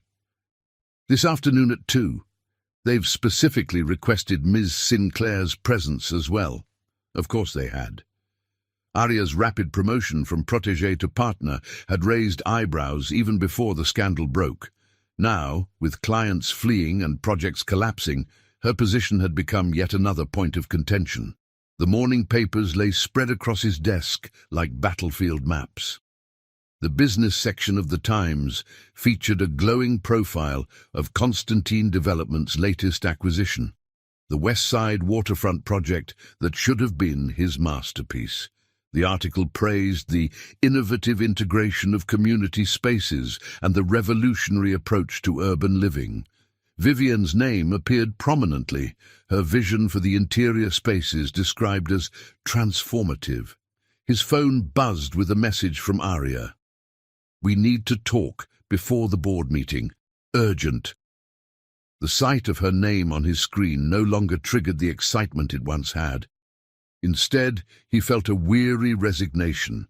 Their relationship, which had begun in a blaze of passion and possibility, had cooled to something more complicated, a mixture of obligation and shared anxiety about their increasingly precarious positions. He found her in the firm's main conference room, surrounded by blueprints and presentation materials. The red dress from the gala had been replaced by a conservative black suit, but she still, somehow, looked too young for the role she was trying to play. "The Shanghai investors are threatening to go public with their concerns," she said without preamble. "They're saying the Sustainable Materials Initiative has pushed the budget beyond acceptable limits." Julian moved to the window, his reflection overlaying the city beyond. "The materials were necessary for the design's integrity. We discussed this." "They don't care about design integrity." Arya's voice carried an edge of panic. "They care about their return on investment, and now with the Vanderhoffs and Rothschilds pulling out." She left the sentence unfinished, but its implications hung in the air between them. The exodus of major clients had created a perception of instability that threatened to become a self-fulfilling prophecy. "Constantine Development has expressed interest in taking over the project," she added quietly, "with some modifications to the original design." The news hit like a physical blow. First Chicago, then Murray Hill, and now Shanghai, each loss representing not just a financial setback, but a diminishment of his architectural legacy. "Modifications," he repeated, the word tasting bitter. "Let me guess. They'll bring in Vivian to humanize the spaces." Arya's silence was answer enough. Through the conference room's glass walls, he could see his employees trying not to look like they were watching. The firm's atmosphere had grown increasingly tense as news of each lost contract spread through the office. "The board meeting," she began, then hesitated. "Julian, they're talking about restructuring the firm. There are rumors about bringing in outside management to stabilize the situation." Outside management. Another euphemism, this one for professional execution. The board was preparing to strip him of control over the company that bore his name. The irony wasn't lost on him. He had built this firm from the ground up, each success carefully constructed like one of his award-winning buildings. Vivian had been there for every milestone, her intuitive understanding of how spaces affected people complementing his bold architectural visions. Now, watching his professional life unravel thread by thread, he could see the pattern that had led to this moment. Every choice, every decision, every compromise had created structural weaknesses that were only now becoming apparent. His phone buzzed again. Harrison Wells, probably calling to deliver more bad news about the hospital board's decisions. He let it go to voicemail. Through the window, he could see the spire of the Renaissance Hotel piercing the morning sky, the building where he had first met Vivian, where their professional and personal partnership had begun. "The Carmichaels called this morning," Arya continued, her voice small. "They've officially signed with Constantine Development. The announcement goes out tomorrow." Another domino falling. The Carmichael project had been meant to be Arya's debut as a full partner, her chance to prove herself to the board members who still viewed her promotion with skeptical eyes. Now it would become another triumph for Vivian and Xavier's growing empire. "What are we going to do?" Arya asked, and for a moment she sounded very young and very lost. The question hung in the air like dust after a demolition. What could they do? The professional landscape was shifting beneath their feet, alliances and opportunities realigning themselves around new centers of power. Through the conference room's glass walls, he watched as Thomas Whitman hurried past, carrying what looked suspiciously like his portfolio. The junior partner had been with the firm for barely a year, but he had always had good instincts for survival. Like rats leaving a sinking ship, the most talented members of his team were already seeking safer harbors. "The board meeting starts in an hour," Arya reminded him. "We need a strategy." Strategy, as if this were simply another architectural challenge to be solved through careful planning and bold vision. But the reality was far more complex. They weren't just fighting to save projects or contracts, they were fighting to save their professional relevance in a world that had suddenly decided they were yesterday's news.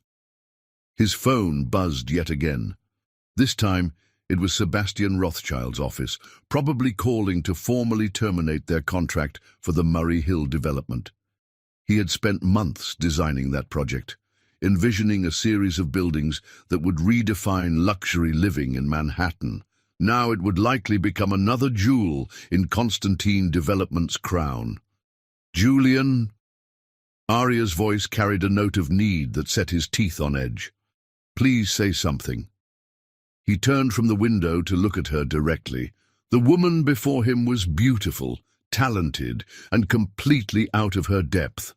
She had wanted entry into his world, but hadn't understood that such entry required more than just ambition and a quick mind.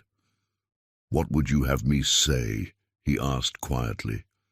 "That everything will be fine? That we can somehow convince the board to ignore the fact that our biggest clients are abandoning us? That we can make them forget how my personal choices have affected the firm's reputation?" The hurt that flashed across her face was quick but deep. She took a small step back, her hand clutching her portfolio like a shield. "I never meant for any of this to happen," she whispered. "None of us ever do," he replied, his voice carrying the weight of recognition. "We just make choices, thinking we can control the consequences." The morning sun had risen higher, casting long shadows across the conference room floor. In less than an hour, they would face the board, a group of men and women who had once celebrated his vision, but now saw him as a liability to be managed. Through the windows, he could see construction cranes dancing their slow ballet across the city skyline. Somewhere out there, Vivian was probably in her own office, working on designs that would continue to revolutionize how people interacted with built spaces.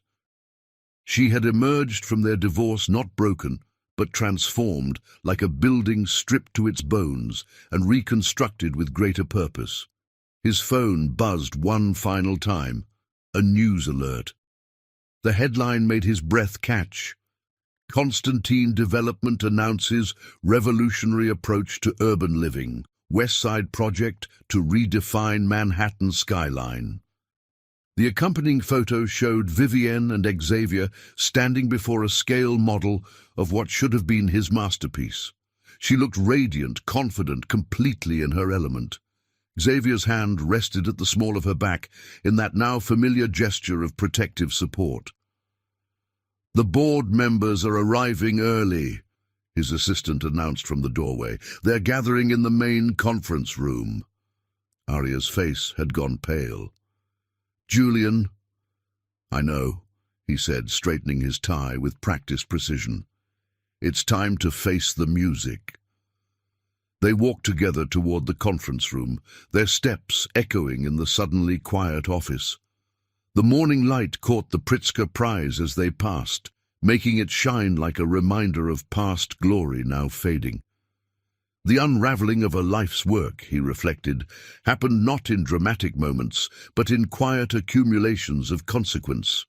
Each choice, each decision, each compromise creating ripples that eventually became waves, washing away the foundations of what he had thought was unshakable. The board members looked up as they entered, their expressions carefully neutral but their intent clear in their eyes. The demolition was about to begin, and all he could do was watch as the structure of his professional life came down around him, one carefully constructed piece at a time. Chapter 9. The truth emerges. The truth revealed itself on a rain-soaked evening at Le Bernardin, where the soft lighting and hushed conversations created an illusion of intimacy, even in public spaces. Vivienne hadn't planned to be there. She'd been meeting with Xavier and potential investors about the West Side project, but fate had other ideas. Through the elegant restaurant's artfully arranged spaces, she caught sight of Arya Sinclair, seated alone at a corner table, surrounded by architectural drawings and what appeared to be internal documents from Julian's firm. The younger woman's normally perfect appearance showed signs of strain, her designer dress slightly creased, her makeup not quite concealing the shadows under her eyes. "Isn't that—" Xavier began, but Vivienne silenced him with a subtle touch to his arm. "Something's not right," she murmured, her interior designer's eye catching details others might miss. The way Arya's hands shook slightly as she arranged the papers, the nervous glances toward the restaurant's entrance, the untouched glass of wine, all suggested someone waiting for a meeting they dreaded. They were seated at their own table, positioned with a clear view of Arya, but partially screened by an artistic arrangement of floating orchids. Xavier's hand found hers under the table, a gesture of support that had become wonderfully familiar over the past weeks. "She appears to be waiting for someone," Xavier observed quietly. "And judging by those documents, this isn't a romantic rendezvous." Before Vivienne could respond, a new figure appeared at Arya's table. Sebastian Rothschild, the developer who had recently withdrawn from Julian's Murray Hill project. The man's expression was calculating as he took his seat, his eyes fixed on the documents Arya had spread before him. "Interesting," Xavier murmured. "Very interesting indeed." Through the subtle screen of orchids, Vivienne watched as Arya began speaking rapidly, her hands moving in agitated gestures as she pointed to various documents. Sebastian's face remained impassive, but his attention was clearly caught by whatever she was showing him. A waiter appeared at their table with menus, but Vivienne waved him away with a practiced smile. Her attention was fixed on the scene unfolding across the restaurant, where pieces of a puzzle she hadn't known existed were falling into place. "The Shanghai Project Sustainability Reports," Arya's voice carried just far enough in a moment of particular intensity. "The numbers don't add up. And the Chicago development, the structural integrity assessments were compromised," Sebastian supplied, his tone suggesting this was exactly what he had expected to hear. Vivienne felt her breath catch. The implications were staggering. If Arya was sharing internal documents with Sebastian Rothschild, questioning the integrity of Julian's projects. She's not just his lover, Xavier said softly, reading her thoughts. She's been playing a much longer game. The truth hit Vivienne with the force of physical recognition. Arya hadn't merely been a young woman seduced by Julian's charm and success. She had been strategically positioned to gain access to the firm's inner workings, to identify weaknesses that could be exploited.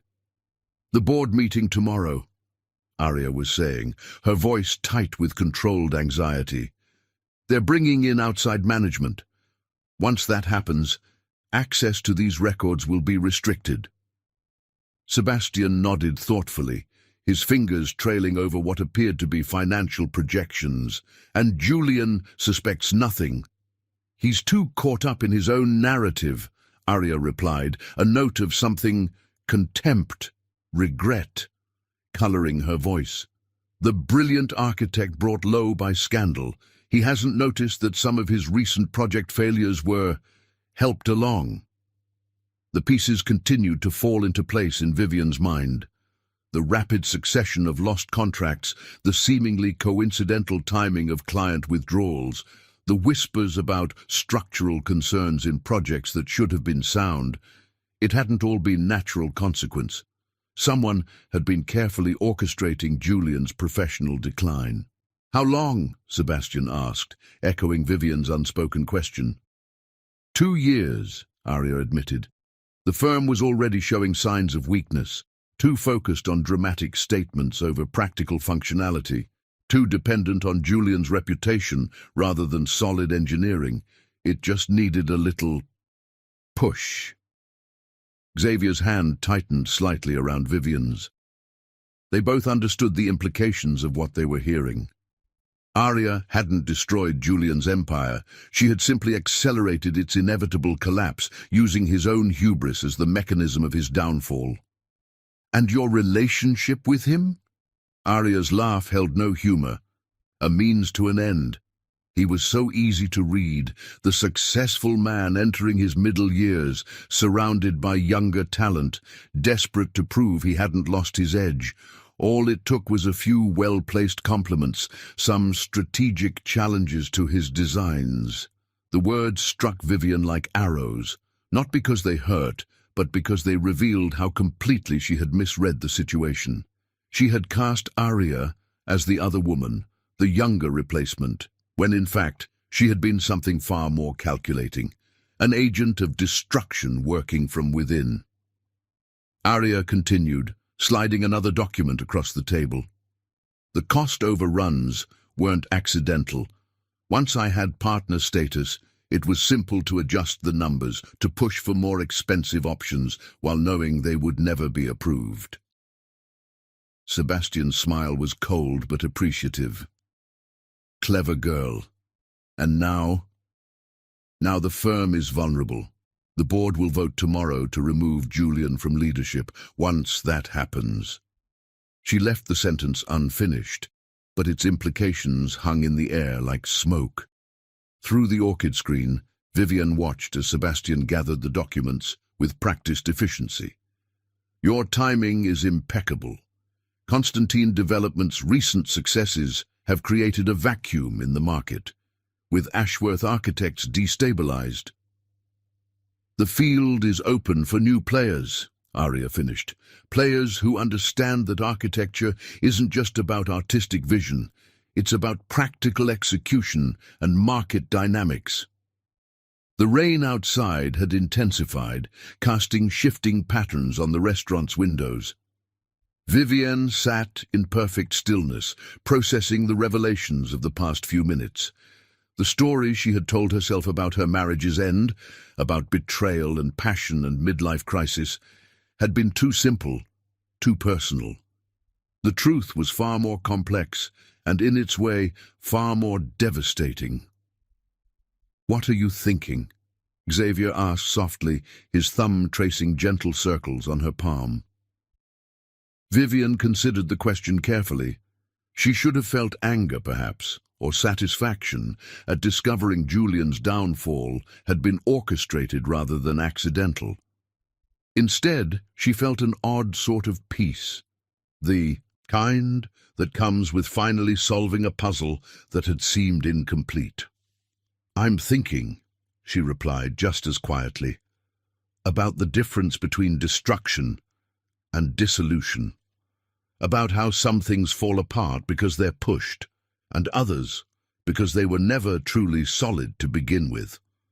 Across the restaurant, Arya and Sebastian were concluding their business. Money changed hands, a substantial amount, judging by the thickness of the envelope, and documents disappeared into expensive briefcases. The deal, whatever its full scope might be, was done. "Should we tell him?" Xavier asked, though his tone suggested he already knew her answer. Vivian shook her head slightly. Would it change anything? The cracks were there long before Arya arrived to exploit them. Julian built his recent success like some of his buildings, all dramatic flourish without enough attention to foundation. Through the window, the lights of Manhattan sparkled despite the rain, each one representing countless stories of ambition and betrayal, of rises and falls, of truths hidden behind beautiful facades. The city had a way of revealing people's true natures, of testing the integrity of both buildings and characters. Besides, she added, watching as Arya gathered her things with the satisfied air of someone whose long game had finally played out, some lessons have to be learned firsthand. Sebastian had already departed, leaving Arya alone at her table. The younger woman's posture had changed subtly. Gone was the nervous energy, replaced by a cold confidence that seemed far more natural. She raised her untouched wineglass in a private toast, a small smile playing at the corners of her mouth. "Shall we?" Xavier asked, rising and offering his hand to Vivienne. They had their own meetings to attend, their own projects to build, projects based on solid foundations and genuine vision rather than illusion and manipulation. As they moved toward the exit, they passed close to Arya's table. The younger woman looked up, a flicker of something, recognition, concern, crossing her features before being replaced by her usual calculated charm. "Vivienne," she said, her voice carrying that practiced note of deference. "What a lovely surprise." "Isn't it?" Vivian replied, allowing just enough weight to rest on the words to make Arya's smile falter slightly. "Life is full of them." They left her there, surrounded by the evidence of her machinations, the rain outside washing the city clean. Tomorrow would bring its own revelations, the board meeting, the transfer of power, the final act in a play that had been running far longer than anyone had suspected. But tonight, Vivian walked through the rain with Xavier's steady presence beside her, understanding finally that some betrayals ran deeper than the heart, and some truths were better left to reveal themselves in their own time. The city sparkled around them, its lights reflecting off wet pavement like scattered diamonds, each one holding its own story of ambition, desire, and the price of underestimating those who appeared to be merely decorative. The truth had emerged, not with a bang, but with a whisper over fine wine and carefully curated documents. And in its wake, Vivian felt not victory or vengeance, but a quiet appreciation for the architecture of fate. How each choice, each decision, each calculated move created its own inevitable conclusion. Let Julian learn the truth in his own time, she decided. Some buildings had to fall for their flaws to become apparent, and some lessons could only be understood through the experience of loss. She had emerged from her own devastation stronger, wiser, more capable of building something genuine. Perhaps in time, Julian would do the same. The rain continued to fall, washing away old stories and making room for new ones to begin. Chapter 10. Sweet Revenge. The morning of the board meeting dawned with the kind of crystalline clarity that seemed designed to illuminate truth. Vivian stood in her office at the top of the Constantine Development Building, watching the sun paint Manhattan's skyline in shades of gold. Behind her, spread across her desk, were the documents Xavier's investigators had compiled overnight. A damning collection of evidence that revealed the full scope of Aria's manipulation. "The board meeting at Ashworth Architects starts in an hour," Xavier said, entering with 2 cups of perfectly prepared coffee. His presence had become a constant comfort, solid and unwavering like the foundations of a well-designed building. "Are you sure you don't want to—" "No," Vivian interrupted gently, accepting the coffee with a grateful smile. "Some things have to play out on their own terms." Through the floor-to-ceiling windows, she could see the spire of the Renaissance Hotel piercing the morning sky, the building where her story with Julian had begun. It seemed fitting that she should witness the end of his professional empire from this vantage point, watching but not intervening as karma delivered its perfect justice. The evidence before her told a story more calculated than she could have imagined. Aria's infiltration of Julian's firm had been masterfully executed, a long game played with the patience of a chess grandmaster. Every moved piece, every sacrificed pawn, every strategic position had led to this moment. Harrison Wells called, Xavier mentioned, moving to stand beside her at the window. "He's attending the board meeting as an observer. Apparently, Sebastian Rothschild made some interesting suggestions about the future of certain projects." Vivian nodded, unsurprised. The pieces were all falling into place with an elegance that even she had to admire. "And the West Side development?" "The final contracts were signed this morning. Construction begins next month." Xavier's hand found the small of her back, that now familiar gesture of support. "Your vision for the community spaces has already generated incredible buzz in the industry." She allowed herself a small smile. The West Side project had once been Julian's dream, his chance to reshape Manhattan's skyline with innovative mixed-use buildings. Now it would become something entirely different, a testament to the power of designing spaces that served people rather than ego. Her phone buzzed with a message from Margaret Vanderhoff. "You were right about everything. The board meeting should be interesting. Dinner soon." The social arbitrator's support had been unexpected but welcome. Margaret had always appreciated the long game, the subtle play of power beneath polite surfaces. She would particularly enjoy watching today's events unfold. "Thomas Whitman has accepted our offer," Xavier continued, referring to Julian's former junior partner. "He's bringing a team of talented young architects with him. They're excited about the new direction we're taking with sustainable design." Another piece falling into place.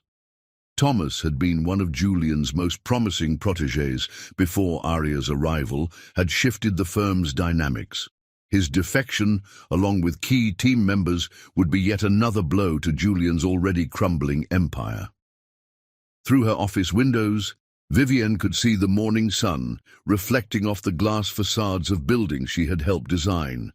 Each one represented a triumph, not just of architecture but of vision, understanding how spaces affected the people who inhabited them, how design could enhance rather than dominate life. "The Shanghai investors called," Xavier added, his tone suggesting he was saving the best news for last. "They've officially terminated their contract with Ashworth Architects. Their representatives would like to meet with us next week to discuss redirecting the project." The final domino. The Shanghai development had been Julian's last major project, his chance to prove that recent setbacks were temporary. Its loss would complete the professional isolation that Aria had so carefully orchestrated. "It's almost poetic," Vivian mused, taking a sip of her perfect coffee. "He always said architecture was about controlling space and light, about imposing vision on reality. He never understood that the best designs work with natural forces rather than against them. Xavier's reflection in the window smiled at her observation. He understood, as Julian never had, that true power lay not in domination but in harmony, in creating spaces that enhanced rather than overshadowed life. Her phone buzzed again, this time with a news alert. Ashworth Architects Board calls emergency meeting. Industry speculates on future of prestigious firm. The headline was just the beginning.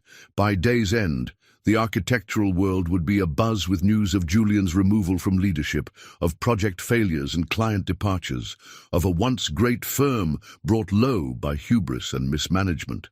Aria's quite the strategist, Xavier observed, studying the document spread across Vivian's desk. 2 years of careful positioning, gathering evidence, exploiting weaknesses.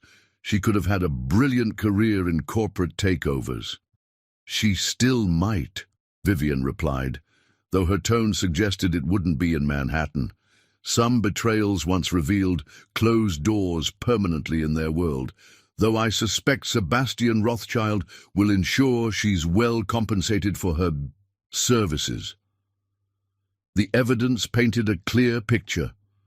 Aria had been placed in Julian's firm deliberately, tasked with identifying and exploiting vulnerabilities. His personal attraction to her had simply made her job easier, providing access and influence that might have taken years to achieve otherwise. The board meeting should be starting soon, Xavier noted, checking his watch. Harrison promised to keep us informed of developments. Vivian nodded, her attention caught by movement in the building across the street. A familiar figure, in a red dress, was entering the Ashworth Architects building, clutching a portfolio that likely contained the final pieces of evidence needed to complete Julian's professional execution. "You know," Xavier said thoughtfully, "we could still intervene. The evidence of her manipulation, the documented sabotage of projects." "No," Vivian replied firmly, "this is perfect exactly as it is." And it was perfect. A revenge so elegant she couldn't have designed it better herself. Julian would lose everything, not through her actions, but through his own choices, his own blindness, his own failure to see beneath surface beauty to underlying truth. Her phone buzzed one final time, a message from Harrison Wells, accompanied by a photo. Julian had arrived at the office looking impeccable as always, in a perfectly tailored suit. But his expression, caught in the moment he stepped into the building, showed the first cracks in his confident facade. "It's starting," she said quietly, more to herself than to Xavier. They stood together at the window, watching the morning sun illuminate the city they were helping to reshape. In the distance, cranes moved with graceful precision, building new structures that would reflect their shared vision of architecture as service rather than statement. The sweet revenge wasn't in destruction, but in creation. In building something so beautiful and true that it made past hurts irrelevant. Vivian had emerged from betrayal, not bitter, but enlightened, understanding finally that some buildings had to fall for better ones to rise in their place. "Shall we?" Xavier asked, gesturing toward the conference room where their own team waited to discuss the future of the West Side development. Vivienne took one last look at the city spread before them, at the evidence of past and future achievements gleaming in the morning light. Then she turned away from the window, ready to focus on building rather than watching things fall. The revenge playing out across town would be complete without her presence or intervention. Julian would learn the truth about Aria, about his firm's manipulation, about the calculated destruction of everything he had built. But by then, Vivian would be too busy creating something new to notice or care. Her heels clicked purposefully across the polished floor as she moved toward her future, leaving the past to sort itself out in its own time. Through the windows, Manhattan sparkled with possibility, each reflection holding the promise of new designs, new spaces, new beginnings, And in an office across town, a carefully orchestrated ending was about to begin. Sweet revenge served not with dramatic flourish, but with quiet, devastating precision. The morning light continued to paint the city gold, indifferent to the human dramas playing out within its gleaming towers. Vivian walked into her conference room with the confidence of someone who understood that the best revenge wasn't in destroying what was lost, but in building something better in its place. Behind her, the evidence of Arya's manipulation lay forgotten on her desk, no longer relevant to the future she was creating. The sweet revenge wasn't in exposing the truth, but in transcending the need for vindication altogether. Her team waited with excitement to discuss the innovative features of their latest projects, sustainable designs that would reshape not just the skyline, but the way people lived and worked within it. This, she knew, was the truest victory, not the fall of Julian's empire, but the rise of something more meaningful in its place. The morning sun caught the model of their West Side development, making it glow like a promise of things to come. And in that light, revenge tasted sweet, not because it hurt those who had caused pain, but because it proved that something beautiful could rise from the ashes of betrayal. Chapter 11. Redemption's Price. The rain fell in steady sheets over Manhattan, turning the city lights into watercolor smears against the darkening sky.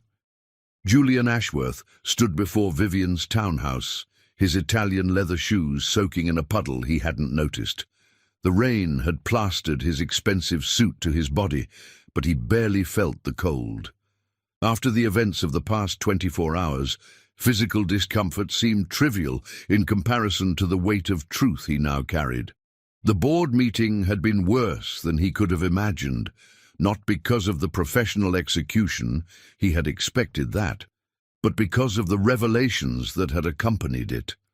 Arya's carefully documented betrayal, the systematic dismantling of his firm's reputation, the calculated exploitation of his blind spots. Each disclosure had struck with surgical precision, leaving no room for denial or self-deception. Now, standing before the home he had once shared with Vivian, Julian felt the full impact of his choices with a clarity that was almost painful.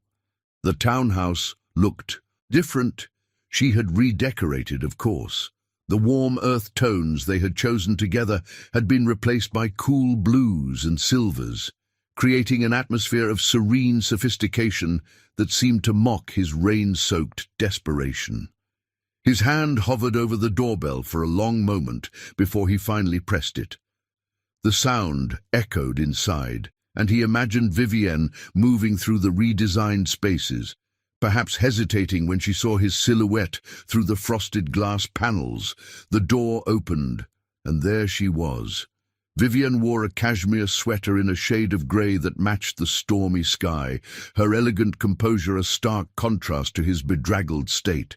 Her eyes widened slightly at his appearance, but her expression remained carefully neutral. "Julian," she said, his name carrying neither welcome nor rejection. "You're soaking wet." "I know." His voice sounded rough, even to his own ears. I needed to see you."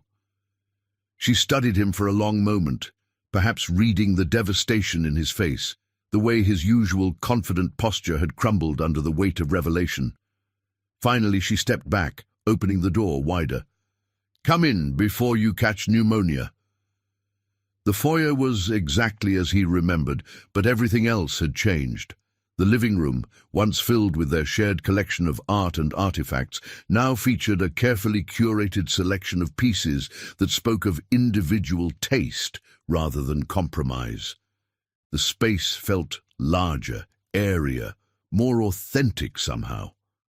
"Wait here," Vivian said, disappearing briefly before returning with a towel and a crystal tumbler of scotch, his favorite brand, he noted with a pang of recognition. "You've redecorated," he said unnecessarily, accepting both offerings with hands that trembled slightly. "I have." She settled into an elegant armchair, leaving him to take the sofa across from her. though I doubt you came here to discuss interior design." The Scotch burned his throat, providing a momentary distraction from the words he needed to say. Through the windows, the city lights flickered like distant witnesses to this moment of reckoning. "The board meeting," he began, then stopped, searching for words adequate to describe the professional apocalypse he had experienced. "Arya." "I know." Vivian's voice was gentle but firm. "I've known since last night." Of course she had. In their world, news travelled fast, especially news of spectacular falls from grace. He took another sip of scotch, gathering courage. 2 years, he said, the number tasting bitter on his tongue. She was placed in the firm 2 years ago, specifically to... He couldn't finish the sentence. "To identify vulnerabilities and exploit them," Vivian completed for him. "Yes, I know that too." Julian stared at her, realization dawning. "You knew? Before the board meeting?" "I discovered it last night," she confirmed, her composure unwavering. "At Le Bernardin. She was meeting with Sebastian Rothschild. The pieces clicked into place with devastating clarity. And you didn't warn you?" A slight shake of her head. "No, I didn't." The silence stretched between them, filled with the sound of rain against windows and unspoken understanding. Finally Julian spoke, his voice barely above a whisper. "Thank you." Vivian's eyebrows rose slightly.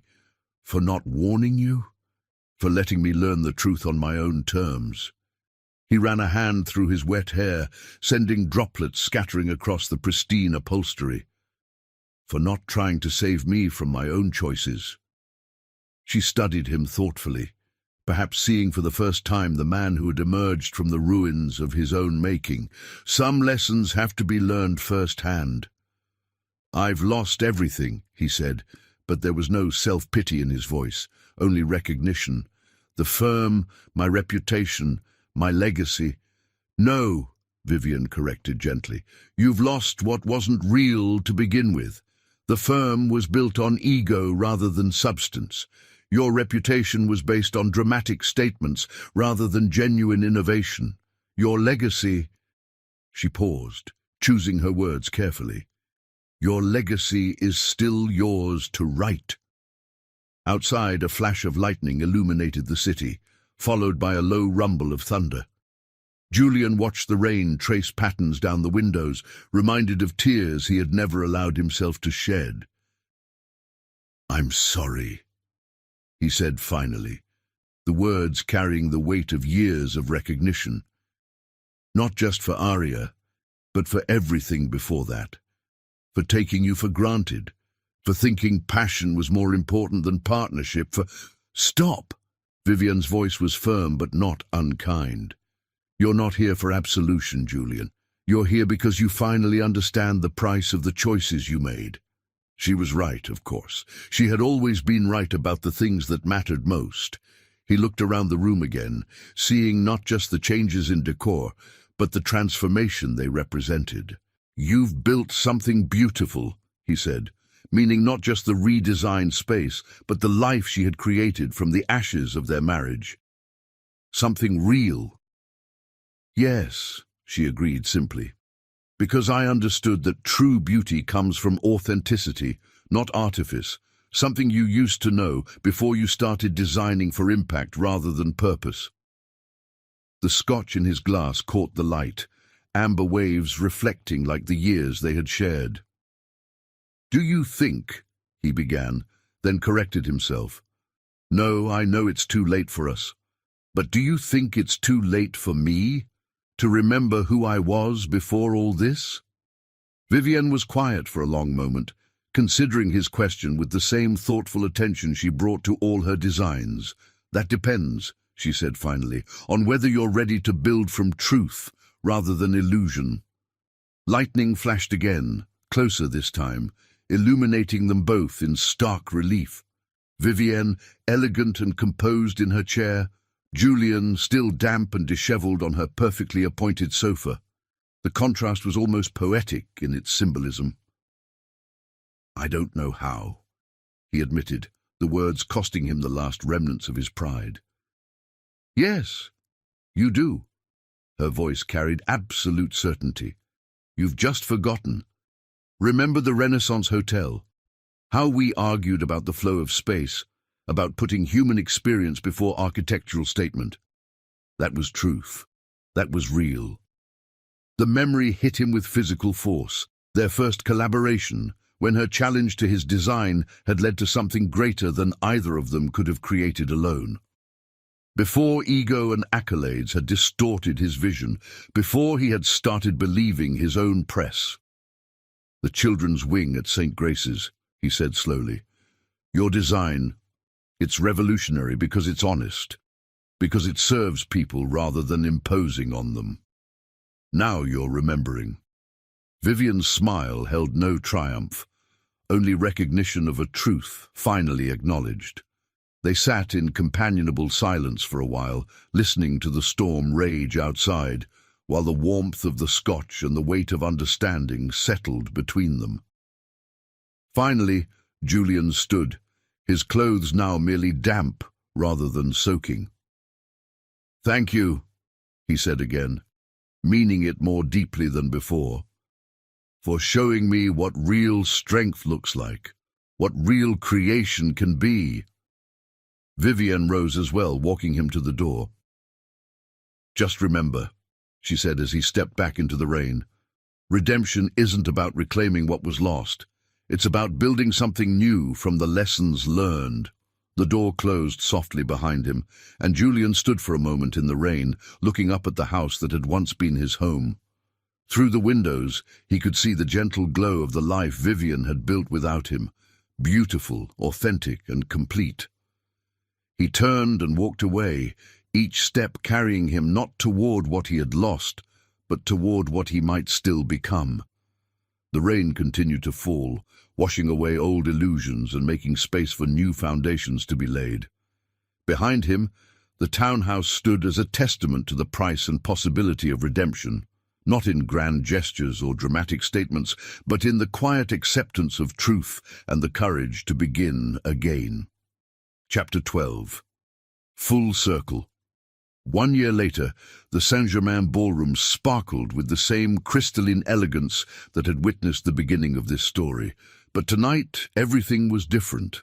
Vivian stood once again on those marble stairs, but this time her hand rested comfortably in Xavier's, her engagement ring catching the light like captured stars. The emerald silk of her gown had been replaced by a creation in midnight blue that seemed to hold entire constellations within its folds. The annual Renaissance Charity Gala had come full circle, but the woman ascending those stairs was not the same one who had faced her ex-husband's betrayal a year ago. She had been transformed not by pain or revenge, but by the profound understanding that true strength lay not in surviving betrayal, but in refusing to let it define you. Ready? Xavier asked softly, his presence beside her as steady as ever. Through the ballroom's ornate doors, she could see Julian sitting alone at a corner table. The past year had left its mark on him, his hair grayer, his face carrying new lines of humility. After losing his firm, he had done something unexpected. He had started over, taking on small restoration projects that focused on preserving historical buildings rather than creating dramatic new statements. It was honest work, work that served community rather than ego. Yes, Vivian replied, her voice carrying the certainty of someone who had found their true path. I'm ready. The ballroom had been transformed by her design firm for tonight's event. Gone were the traditional crystal chandeliers, replaced by an innovative lighting installation that made the space feel both intimate and expansive. The theme was renewal, fitting for an evening that would mark not just her engagement celebration, but the official announcement of Constantine Development's revolutionary approach to urban community spaces. Aria was conspicuously absent, having disappeared from Manhattan's social scene shortly after the truth of her manipulation had come to light. Last Vivian had heard, she had surfaced in Chicago, working for a corporate restructuring firm, putting her talents for strategic demolition to more honest use. As they moved through the crowd, Vivian felt the warmth of genuine congratulations rather than the sharp edges of society gossip. She had earned this respect not through marriage or position, but through her own vision and integrity. "The West Side Project is extraordinary," Margaret Vanderhoff declared, approaching with genuine enthusiasm. "The way you've integrated community spaces with luxury elements, it's revolutionary, and the children's wing at St. Grace's has become a model for healthcare design worldwide." "Thank you," Vivian replied, including Xavier in her smile. "We believe architecture should serve life, not dominate it." From his corner, Julian watched the scene unfold. Their eyes met briefly across the room, and he raised his glass in a gesture that held acknowledgement rather than bitterness. He had learned his lessons the hard way, but he had learned them well. The orchestra began to play, not Tchaikovsky this time, but a new piece commissioned specifically for tonight, its notes speaking of renewal and possibility rather than tradition and constraint. "May I have this dance?" Xavier asked, though they both knew the question was merely a formality. They had been dancing in perfect harmony since the moment they met, their partnership based on mutual respect and shared vision rather than passion's fleeting fire.